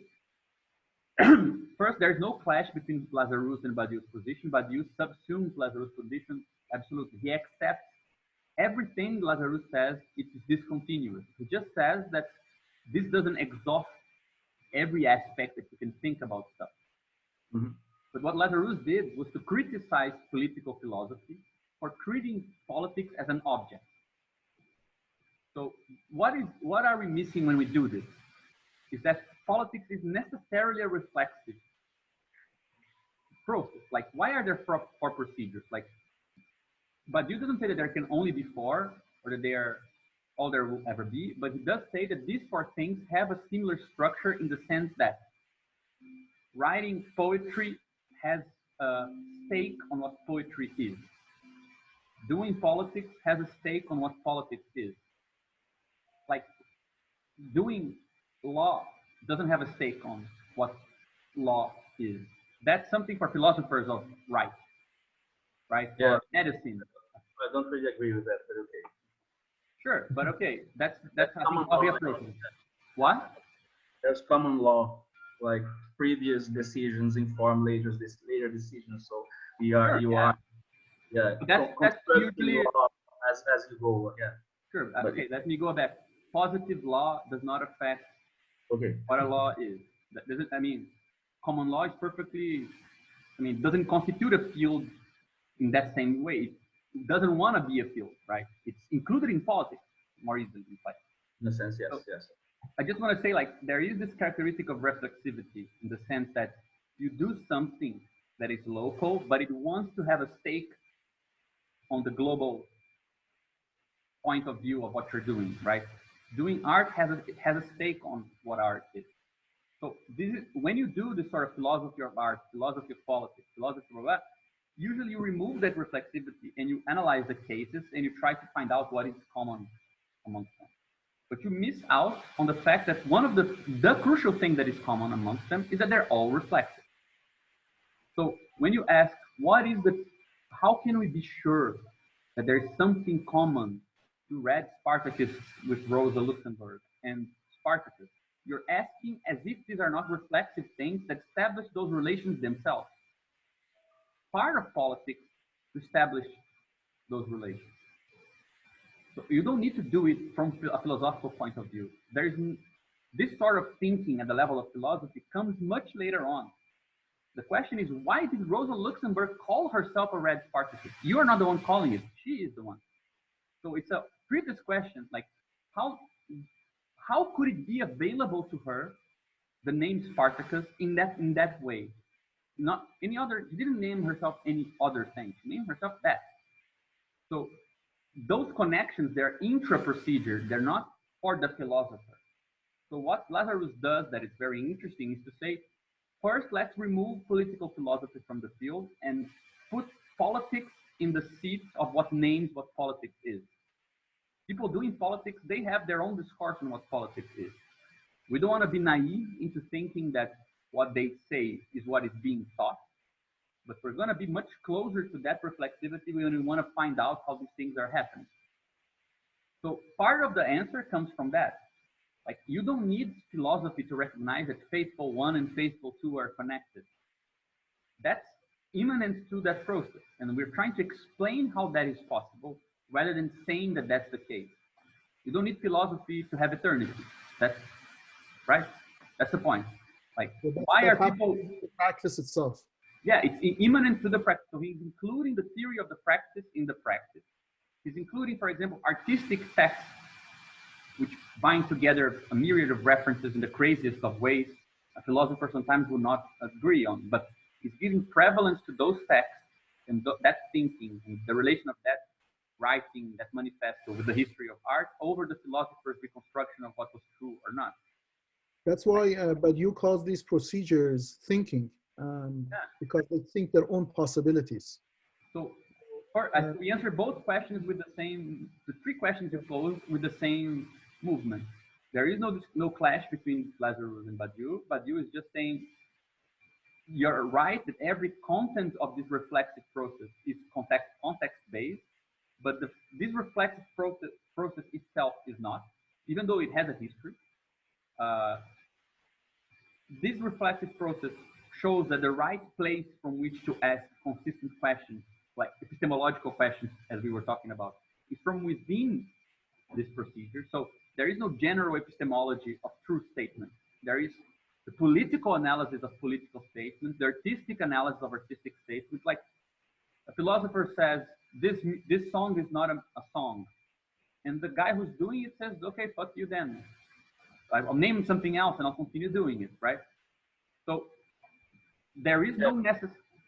So this is the point. Like, and there doesn't need to be a transparency in the sense that it's reflexive because I'm conscious of what I'm doing.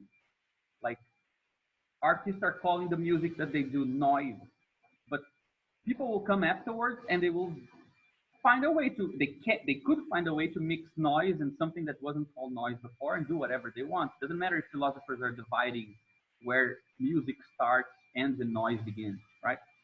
So it's about putting thinking into the procedure, and everything we're reading here is about what happens from inside this procedure and not about our capability of assessing this when we're disengaged from it at all.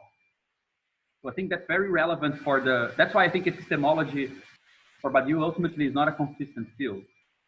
There is no such thing as a field of epistemology because the conditions of possibility of truth statements are totally different among the procedures, and they rely on the subjective positions. It's not a field that doesn't matter who asks and when they ask and why they ask. So political epistemology is political. Where you draw the line of where politics ends, that's a political line you're drawing. The line that draws where art ends and where something else begins, that's artistic inside the process. See, so there is no general epistemological point of view. This is what I call discipline. So I just wanted to mention that this diagram summarizes the difference between Lazarou and Badiou. Lazarou is this part of the diagram. For Lazarou, there is no resurrection and there is no faithful two. That's why I agree completely with how Gabriel summarized this, that Badiou is the superset of Lazarou because he's preserving the grammar that Lazarou intended, which is the interiority of the actors of politics within a world, but he's extending it by providing an additional grammar as opposed to basically contradicting Lazarou's grammar. I guess everybody is agreeing that we stop here at the top of the typology. Yeah, for me it's okay. Okay, so then next week we start from typology, and then we can decide whether we go through a Scolium. Or maybe I just go to the Transcendental book too. Exactly. Okay. You wanna now turn to some questions? Yeah. Or, Dennis is talking here. Maybe he wants to unmute him. Yeah, I was quiet most of the time. Yeah, just this discussion about how do we know, or from what position can we apply these categories, right? So Badiou has introduced this typology, but it seems almost like a useless typology because like from what position are you categorizing the different subjects? It seems like this almost like a privileged position, almost like the same kind of critique you could aim at Hegel for, how is Hegel telling the story of spirit if everything's already part of the dialectical process, right? So similarly, how is Badiou privileging his own position to say, oh, okay, this is faithful, this is reactionary, this is obscure? And I think that is like finding a way to place Badiou in this scheme is already a useful exercise. Where is Badiou here? It's funny you say this because I wrote a note for our website on our reading notes, right? Exactly on that point. Okay. And I think that it connects with our original point. It's a very crappy note. Please don't expect much of it. I wrote it because we agreed we would do it, so I did it. But it's not very good. But the point that I think is relevant there, and it's relevant to the beginning of our discussion when we said there is a reason why the theory of the subject comes before, right? And there is something that is presupposed in being an event that clarifies a lot of choices that he makes. And for example, recently there was this big funny thing that Reza and I were first-hand witnesses of it, that there was this conference in Prague. Everyone was presenting papers on the connection between mathematics and ontology and so things like this. And at the end, Badiou was like, guys, you're a bit like, this makes no sense. It's much more humble. Like, in order to say what I philosophically wanted to say, I chose that theory for pragmatic reasons. Like, it's not deducible transcendentally. So where are then the things coming that inform the decision to ontology must be ontology of the multiple? They're coming from his engagement in politics, art, science, and he's the one who's personally saying there is such a thing as politics, there is such a thing as art. If you are engaged with these things and you, as he says, empirically find irrefutable that such things exist, then you're not asking how do we know. We're asking how is it possible that we know. Yeah, exactly. I like this idea. I think a similar strategy happens in Kant when he starts the second critique on pure practical reason. He doesn't try to prove that the moral will exists. He starts from the presumption that it does exist and says, how is it possible that we can know this? So, and similarly with judgment as well, like it's not like how do we prove that something is beautiful? It's that how is it that claim, that judgment, which is already assumed to be possible, how is that possible, right? How is it that we can make that how judgment? is this possibility possible? Yes, I think that's the correct formulation. Yeah, I think that really touches on the point. So I do think that there's a sort of weird education or exercise in a sensibility or a way of approaching this. That if we keep in mind always that there is something that comes before truth is coming before knowledge. Truth is easier to access than knowledge. Procedures are immediately available, whereas ontology is the hard part. As he says, the formal theory of the subject is easy. The physics of the body is the hard part. When you get that, I think that we usually don't accept this because we're all too accustomed to the idea that if you're engaged in something, it is subjective, therefore it is partial, therefore it has a good subjective in that sense means it's only partial to you. So how could we condition our universal claims on the subject? But I think the whole point of Badiou is that he kind of does away with certain ways of asking questions because he puts these things to be a fact. Like, and there is a conviction that this is available to everyone. So I think that clarifies the way that this works. There is no kind of contradictory position that he's putting himself as if his philosophy is therefore a meta philosophy of history or whatever. He's putting himself below conditions. That's if you are below four conditions, like if you see that art rethinks what it is, politics rethinks what it is, each one autonomously, you then ask the question, if I know these four things to be possible at the same time and not to be the same, what the hell do they have in common? I think that's the way that you arrive at that thing you were talking in the beginning, where something about politics is solved. You don't want ontology to solve it. Something about art is solved. You don't want philosophy to deal with it. You don't need philosophy. Once you've redirected all of those concerns and they are clarified on their own terms, then you bring back those questions in this weird indirect method that we spoke of. Like the guy who's proposing a new concept of the object doesn't expect this new concept to do anything for art, politics, science, or love. The new concept is coming after to account for things that he's claiming to exist without the need of philosophy, right? So from where is he claiming this thing? As somebody engaged with art, somebody engaged with politics, you know?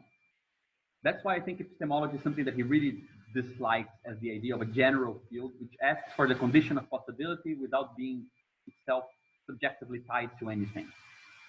For Badiou, in this case, his typology is not an epistemology of procedures. I don't think it is at all. Yeah, I don't think either. And there is, and for him, epistemology is not possible because there is no philosophy of science or philosophy of mathematics. There is philosophy that says, holy shit, Graham numbers exist, and numbers that are so big that you cannot have atoms in the universe to write them down. I know this to be possible. How is this possibility possible? Then you get to a philosophical problem. How is this compatible with that other thing that I know and that other thing? But production of knowledge is not a matter of philosophy. So for him, epistemology is like a ideological. Epistemology as a general field, a consistent field of inquiry, is an ideological position with regards to the scientific procedure, and it's a kind of scientism that you try to generalize to politics and art, and usually you get trapped into unsolvable problems like, are numbers real or imagined? Which is like practicing mathematicians, they're not concerned with that question. Like, it's, for him, it's poorly formulated.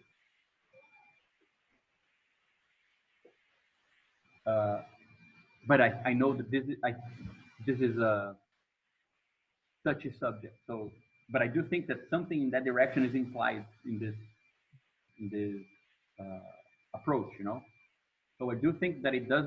I mean, if you want to bring this back to more classical concerns with theory of knowledge and things like this, there is also a reshaping of how the questions might be posed, you know.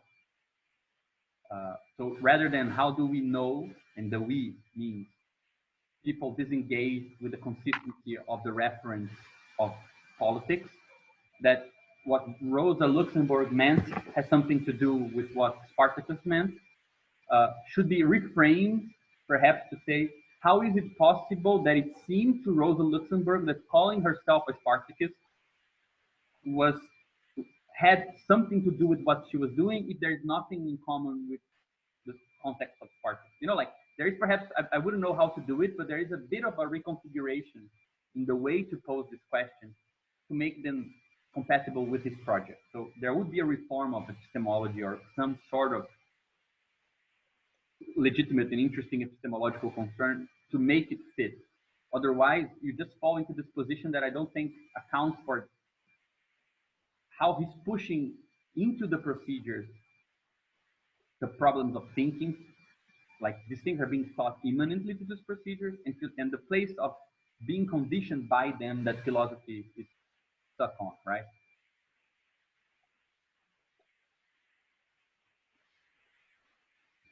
I don't know if that made any sense, but yeah, I mean, I feel like the aesthetic example or the art example makes the clearest sense here, which is because art generally, it seems more independent from epistemology in that, right?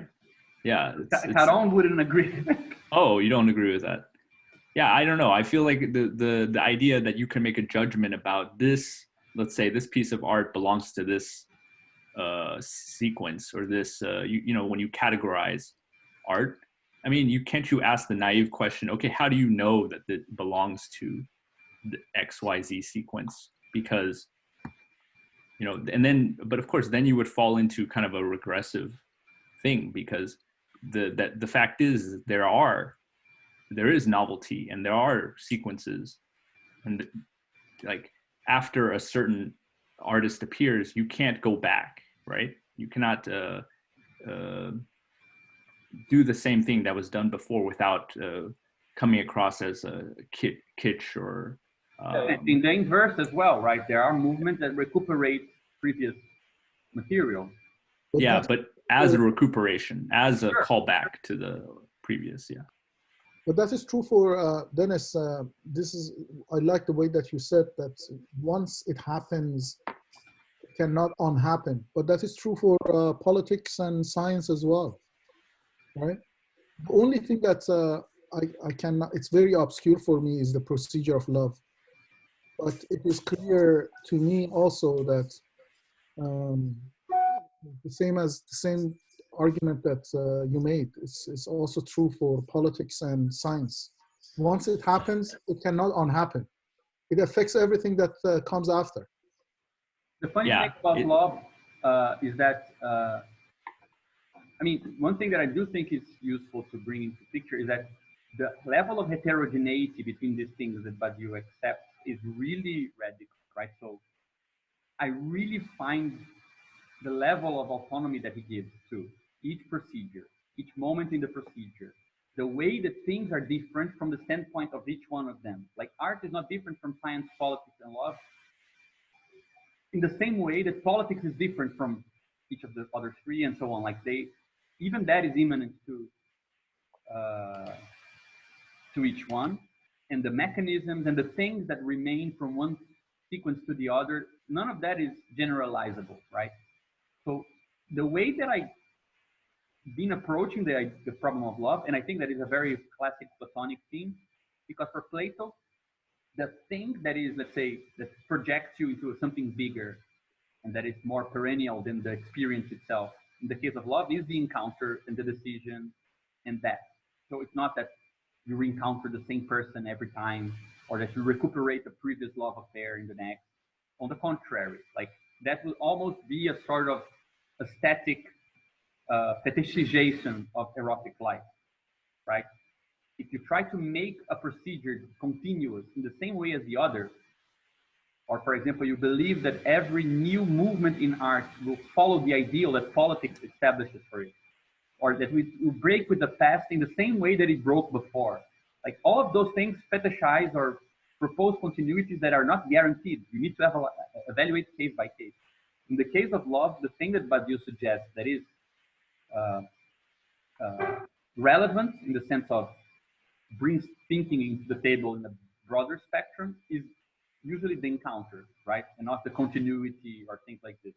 The fact that you encounter something that is no longer, it is both at the level of individuals and their body. It's the only procedure where the individual body is even referenced, because in erotic life it's relevant, but neither for art nor politics nor science he even mentions it. So it's the only procedure that connects the individual scale to something bigger, right? So it's kind of like a school of getting into procedure, but it doesn't really contribute to the theory with anything from within itself, because it's way too intimate to be recuperatable, right? There's another question here. Somebody wants to ask. Yeah, I guess I don't understand the question of availability of the truth procedures that Badiou gives, because as insofar as the truth procedures are available to everyone, don't we need a general epistemology, or I don't know, an ontogenetical explanation of them? Or what is the genealogy of the truth procedures is what I'm asking. What is the conditions of their possibility? Yeah, I mean, Miyasu has a good text on this called History and the Event, where he says that Badiou presupposes the arc event. Miyasu only has one trick, right? So he says there is an archy event, which is the event that there are events, right? Ad infinitum. Yeah, and that was Badiou's answer, like, okay, so contingent, this is contingent that these things are here. So is this really what's relevant to their inner determination? And I think that the opposite answer that he gives is, well, one thing that we do see is that usually when a new artistic movement appears, it writes some sort of genealogy of itself. Don't we see this all the time? Like, true art was this and that and that, and those guys, they were only revisionists and blah, blah, blah. So this is what I think is a good example, and the question is really good, because the weird thing is that there's always a more ordinary solution to these things rather than a more abstract one. Like, our experience of politics shows that generally, once a new thing happens, we go back and rewrite the history of it. And that rewriting is not abstract mumbo jumbo. It participates on the novel. So for example, one thing that is happening today that I think is very important, if you take socialist movements from the 50s to the 80s, 90s, the genealogy of leftist ideas was very much seen in Marxist circles as opposed to any sort of useful dimension of the market. So the market was always a conservative idea.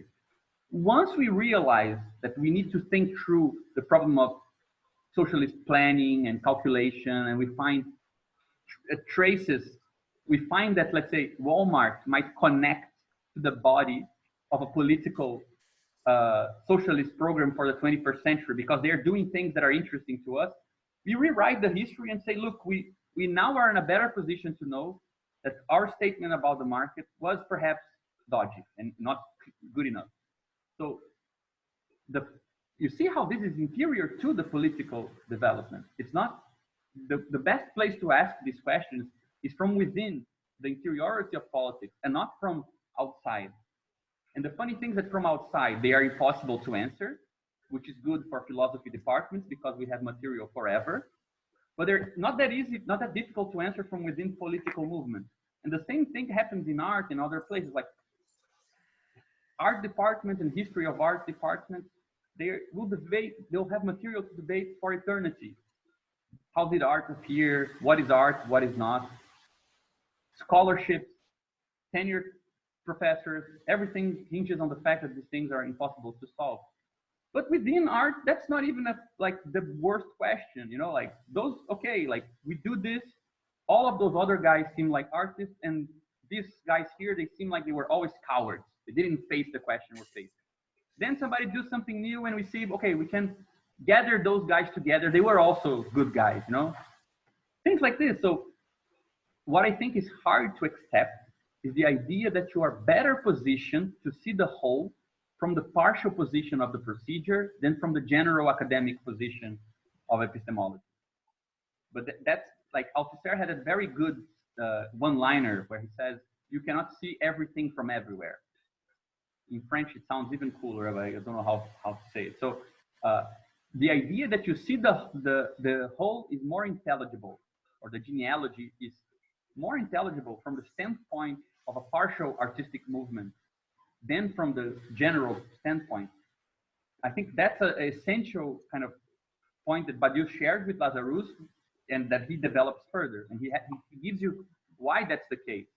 Why is it that genealogies of art history produced by artistic movements are more effective, more connected to real reference, useful, do things than what art historians do? Very few artists are able to read a book of art history and say, okay, this gave me an idea of what happened. Rather, if you look at a bunch of paintings and then you look back at previous paintings, you say, so Courbet was relevant for abstract painting. This is not a statement for an art historian. This is something that you only learn after abstract painting appeared. And then you look at his painting of forests and you see this guy was clearly on the same path. So the question is, how is this possible? The idea that we as philosophers need to connect historical instances, that's, for Badiou, that's a falsely, that's not a well-formed question. And I think that his explanation as to why this happened is academic funding, really. You know, it will never end. You will forever have those questions that go nowhere. Whereas if you give into this idea that partiality is not the opposite of universality, some of those problems disappear. You get new problems, and lo and behold, those problems he does answer, you know. So that's how I think that he approaches it, but I agree that it's not the most convincing answers to people like me, for example, who do benefit from the fact that these questions are unanswerable. And the short answer to, I mean, the question is it's a good question. Actually, it's a question that we are always asking, and we are always asked about Badiou, and that is, how did he come up with these? What is the genealogy of these procedures? And the fact is, Badiou doesn't have a theory, and he doesn't give a damn about that theory. For him, it's an empirical given. The fact that there is a practice of art, there is a practice of politics, there is a practice of science, and there is a practice of love is an empirical fact. So for him, the more interesting question is two things. One is, given the fact that there is a practice of science, what makes this practice different than the practice of art? What is it that within this practice, is there a way to use the term that he's using, typology, is there a way that we can distinguish between the practice of art and practice of science? the difference between practice of art and science doesn't matter to the practitioners, like Gabriel is saying. And somebody who is practicing science may call his practice artful. There is a lot of mathematicians that they think mathematics is art, but the way that he means art in mathematics is completely different. The way that he means it is completely different than the practice of art itself. So that is one question, that for him, how do you recognize or differentiate these practices from each other? And number two is, how are they possible at the same time? Within what practice, within what theoretical framework that all these practices can interoperate with each other? He uses the word composable. Are these practices composable with each other? I.e., they can create a space in which the practice of art can bring its goodies and practice of politics can bring its goodies. And he calls that space philosophy. And he says that it is important. As a matter of fact, he says that philosophy was created by creating this space. As a matter of fact, philosophy was not possible if these practices did not exist and did not have something to offer. And so Plato came to being because all these practices were at their highest level of productivity in his time. And that was exactly when philosophy was born. So these are two relevant questions from him. But I refer you to the link that Gabriel sent, because he's a philosopher, but he's a practitioner of politics. So his theory First and foremost. But the important thing that Gabriel mentions in this link is, for him, I mean, in his theory, there are certain set of statements that he makes as a practitioner of politics, as somebody who is very involved in politics. And then he turns around and makes statements about philosophy and four procedures and the space of composability, which is different than his statements that he makes as a practitioner of politics. Mm-hmm. And then when we put them together and don't differentiate them, then we are bound to find contradictory or obscure statements that one statement he's making. So it is important to recognize the difference between the two. I mean, what frustrates me generally is the fact that whenever we try to ask these kinds of questions, anything non-foundationalist, maybe he just names it as something bourgeois or something. So it seems that one cannot get out of this vicious circle. I totally agree. I think that he's not very generous with very legitimate way that we are approaching. Like, there is a very interesting movement of bringing these questions back into focus after a very long streak of purely continental approach to stuff. And I don't think he's very generous with bringing that path in connection to his. And I do think that this is a bit of the approach that we're trying to develop, right? Trying to show that, I mean, there are extra steps you can take to arrange these things together. But I do think that even though he's personally not very didactic when it comes to this question, I do think that it's not because it's lacking, but because it's partially solved. I mean, for example, this question concerning a really classical question concerning, okay, how can we recognize pure forms or perennial forms in reality? Isn't that a condition for mathematics, that there is something like the concept of numbers? I think Badiou is perfectly ready to accept that some neuroscientists will come up with a good explanation, which will be a part of some true procedure of science or whatever, that comes up with, okay, this is how we are able to recognize forms in this way. But the crazy thing is that the moment that they explain this, which is relevant to the genesis of mathematics, they will have explained many other things. So you see, the question we want, which is a specific question, how is mathematics possible, might not get an answer because it's poorly formulated. When you turn it around from philosophy of science into science, itself, you just get a broader answer, which is, you know, we now know through a procedure that was well formalized by Badiou, how it is that we're able to perceive things in this and that way. We will explain a bunch of stuff that way, and we can then, future people doing philosophy will use this as part of the way that they do stuff. But it's not, let's say, the condition of possibility without which you cannot understand what follows. I do think that there is an operator that is missing in the didactics of his approach to spell out the indifference, but not, rather than he being indifferent to the question, to actually show why it is indifferent as a question, right? Why it doesn't participate in the effectivity of the procedure. Why is it that, I mean, the answer to the question, how can we perceive numbers, is effective to the development of neuroscience, but it's not effective or not relevant in the sense of it will change nothing to the fact that science exists or how it is done. Actually, right? One way to say that, just to clarify this point that you're making, it is important. Like, there are many, many sequences within the history of science that he cites in these sequences that differentiates two things in general. One is when you do science, like you are developing a body of theory. And the other one is what a science thinks about itself, right? So when science thinks about itself, it produces all sorts of what he calls ideology.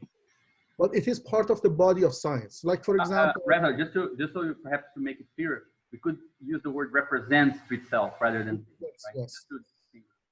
Yeah.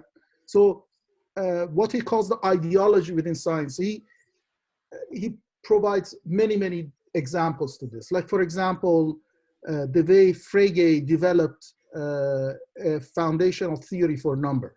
Like, Frege was a mathematician, was a logician, and he developed that theory. The way that Hilbert developed a program for development or categorization of all mathematics. Now, what he says is that the development of the sciences is exactly when science itself debunks these ideologies within science, not by going outside of science, like by going to Husserl and ask Husserl, what is a science? And then come back and then say, okay, so this is not science. But by doing more science, and again, the example that he provides is like, for example, what Gödel did with respect to Hilbert's program. So development of sciences is a complete self-contained activity within science that it basically debunks its ideologies or misrepresentations or representations, like Gabriel is saying, about itself. So as a matter of fact, the question is, what is a number? May be important to a scientist, like intuitionists, they have this, formalists, they all thought about this. But insofar as these numbers, or sorry, these ideas are contained within the practice of the science itself, the practice of mathematics, not outside of this practice.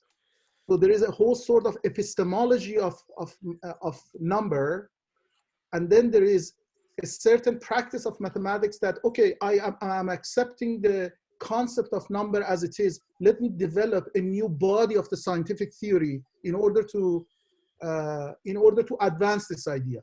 Within that practice, when you develop that, then you come up with inconsistencies, or maybe come up with new possibilities that turn into new axioms. That is the pure practice of the science, and that is what matters to science, as opposed to an epistemology outside it. Yeah, I think the number example is really good because of surreal numbers and Conway. I mean, if you compare Russell, Frege, Hilbert, and I don't know, a lot of philosophers of mathematics trying to understand what a number is, where it comes from, no procedure was produced, or none of what was produced was relevant to the guy who actually came up with the only mathematical idea about how to organize numbers and produce new numbers that today includes all the sorts of numbers that we know, which is surreal numbers, like the broadest category, right? this is actually very helpful. But then the question becomes in my head: how does Badiou approach these two questions? What is reason and how is reason? So I think coming from an inferentialist approach, I don't think he gives a rationalist account, or I don't know, a conceptual account of how practices function. I mean, yeah, but I think that the whole point that is the problem. No, but this is the whole point. Like, why are you assuming that the history of all things that we call rational, for example, that's why he calls subject the organizing category of philosophy today. He says, if I were to use reason the way Hegel used, I would have to assume some level of unity between procedures that in fact we cannot assume. Like the subjective form in art, if we call that reason, we will be excluding how love works. And if we call love reasonable, then we exclude science, which happens with. So our position of enunciation is already right. So the point is like the category, when you get, let's say, such radically heterogeneous practices, not even the concept of practice perhaps is so homogeneous amongst them. Like what a person in politics calls following a norm or practicing might not be general enough to embody everything. For him, today, the best way to think the compossibility is using not terms like reason, because they imply a level of unity and similarity between things that we don't see in these phenomena, that approaching them from the fact, from how subjectivity and objectivity are entangled, how novelty is produced, those things allow us to unify these things while preserving their diversity. Whereas I do understand, for example, one approach that is similar in points to his approach, which is to think rationalism not as the maximal, let's say, finding the most general, rigorous approach to admit the existence of all these heterogeneous entities, but rather worrying about the genesis and properties of what we call rational behavior. Right? So what is the genesis of thinking? Or why are we the way we are? Or how is it that we reason the way we reason? And how is it that we can follow norms? Things like this. I have the impression, though Badiou says this nowhere, and with the same reasoning, this bourgeois concern, that focusing so much on the individual is preventing us from approaching the problem differently, which is, it is a scientific concern. Science will one day find out, or it's already doing in many ways, much better than philosophers, even though there is a negative role that philosophers can help out. For example, a guy who's engaged in a scientific procedure which does not recognize the existence or the relevance or legitimacy of artistic practices, he will try to explain things or come up with phenomena that needs to be explained by science in a different way than if he agreed that these other things exist. So by making sure that the philosophy that follows after science is concerned with the compossibility with other heterogeneous phenomena, you keep it on it. You keep philosophy, or you keep that development on it. That's one part. But the second is, I think the way that he approaches this is to say, are we sure that these things scale from individual up and not up down? I mean, for him, the idea that individual rationality, cognition, etc., is the right locus to ask these questions is not a given. It's a bit Hegelian in that sense. For Hegel, spirit enters the world first in very big chunks, and very slowly personality becomes historically constituted, right? So the idea that these procedures are reliant on our personal capacity, and that therefore the key to their understanding, or understanding of how rational reason can lead us to these things, is going to be explained through the theory of, through the ontogenesis of cognition, rationality. For him, that problem is not necessarily well posed. It might be that that's not the way to pose it, right? It might be that the question is constructed backwards, like from the fact that people were capable of doing all these things. Perhaps we then internalize parts, inconsistent parts of these procedures rather than invert. It might be the case that consciousness comes after, like what we call consciousness comes after politics, art, and whatever, rather than before. Like I'm being very kind of vague. Yeah, with but this. there's a way of approaching this problem of rationality that is not individualist either. I mean, I quoted Brandon and A.G. saying from an inferentialist point of view. Well, the inferentialist point of view is a top-down point of view. It's not an individualist point of view. Yeah, exactly. No, but there are two variables there: top-down and bottom-up, and from unity to multiple, or from multiple to unity. Like, I even think that Badiou has a critique of Marx on that point, where for Marx there is such a thing as a generic being, of species being, which is a unified generative property. That is reason. Right. And for Badiou, there is no ontological reason why we should assume that there is such a thing as a one reason. It actually goes very well with, I think, with this whole intelligence and spirit kind of approach, because we could separate intelligence and reason in that sense. Reason is multiple, and you can say intelligence concerns, okay, how do you navigate something that has absolutely heterogeneous protocols, right? Even though, and it's not reducible or deducible from whatever cognitive capabilities we have. And I think that the reason why from Plato onwards, mathematics is so interesting is because it is this sort of bone in the throat of the idea that we accomplish, the procedures that we use are compatible with our capacities. Because, I mean, the whole reason why philosophy of mathematics got stuck for almost 100 years is because it's very hard to swallow the idea that we can work with concepts that we cannot count, and that we cannot constitute ourselves as the subjects of those processes, right? I can only count finitely, but I can work with infinite quantities. So how the fuck do I make myself the cognitive counterpart of that thing? There must be something wrong with mathematics. And then we go into the whole debate, right? So I think the good question, the good way to approach this is to invert and say, let's accept what Badiou is saying. What is left to be explained by cognitive theory or theory of cognitive ontogenesis, you know, rather than the inverse? I think the questions would look a bit different. But I think many of those questions are answered beforehand because these reflexivities are, like the phenomenology of these processes are less dependent on cognition.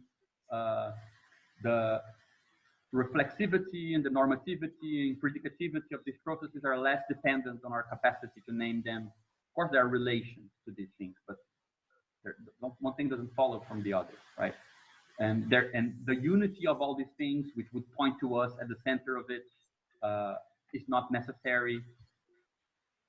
So it kind of, I think it transforms the questions as we go along a bit as well, you know? But I think it's a absolutely fruitful and totally unexplored line of inquiry, because usually people get so annoyed right off the bat with the fact that these things are missing, that the idea that it might be because some of these problems have been dismantled or reshaped and are waiting to be answered at the end, nobody has the patience for that, because part of we're already kind of frustrated that the questions weren't answered at the beginning. So nobody has done any work on this, right? The question, what are our cognitive capabilities, or what is an individual, if so little less is asked of an individual in order to explain certain things, is a question totally open, and with no development in Badiou's philosophy. I think Alex is waiting for a long time to ask a question. Yeah, I mean, if we're wanting to finish up, I'm happy to wait till another occasion. I think that's a good idea, personally. Yeah, I'll leave it for another time. I'm actually dismantling right now. But look, if you want, Alex, I mean, if it's something like that deserves a bit of kind of care to answer, perhaps if you want to write it down, since we're writing notes. Write it down in the chat box, your question. Yeah, because since we're writing notes after our meetings, and they're being posted on our blog, perhaps in between meetings, we can take the time to engage with it as well. So we don't need to wait until next meeting, you know? Sure, sure. But yeah, I'm really tired right now, and you guys have seen how much I speak, and I don't know how to stop. So I just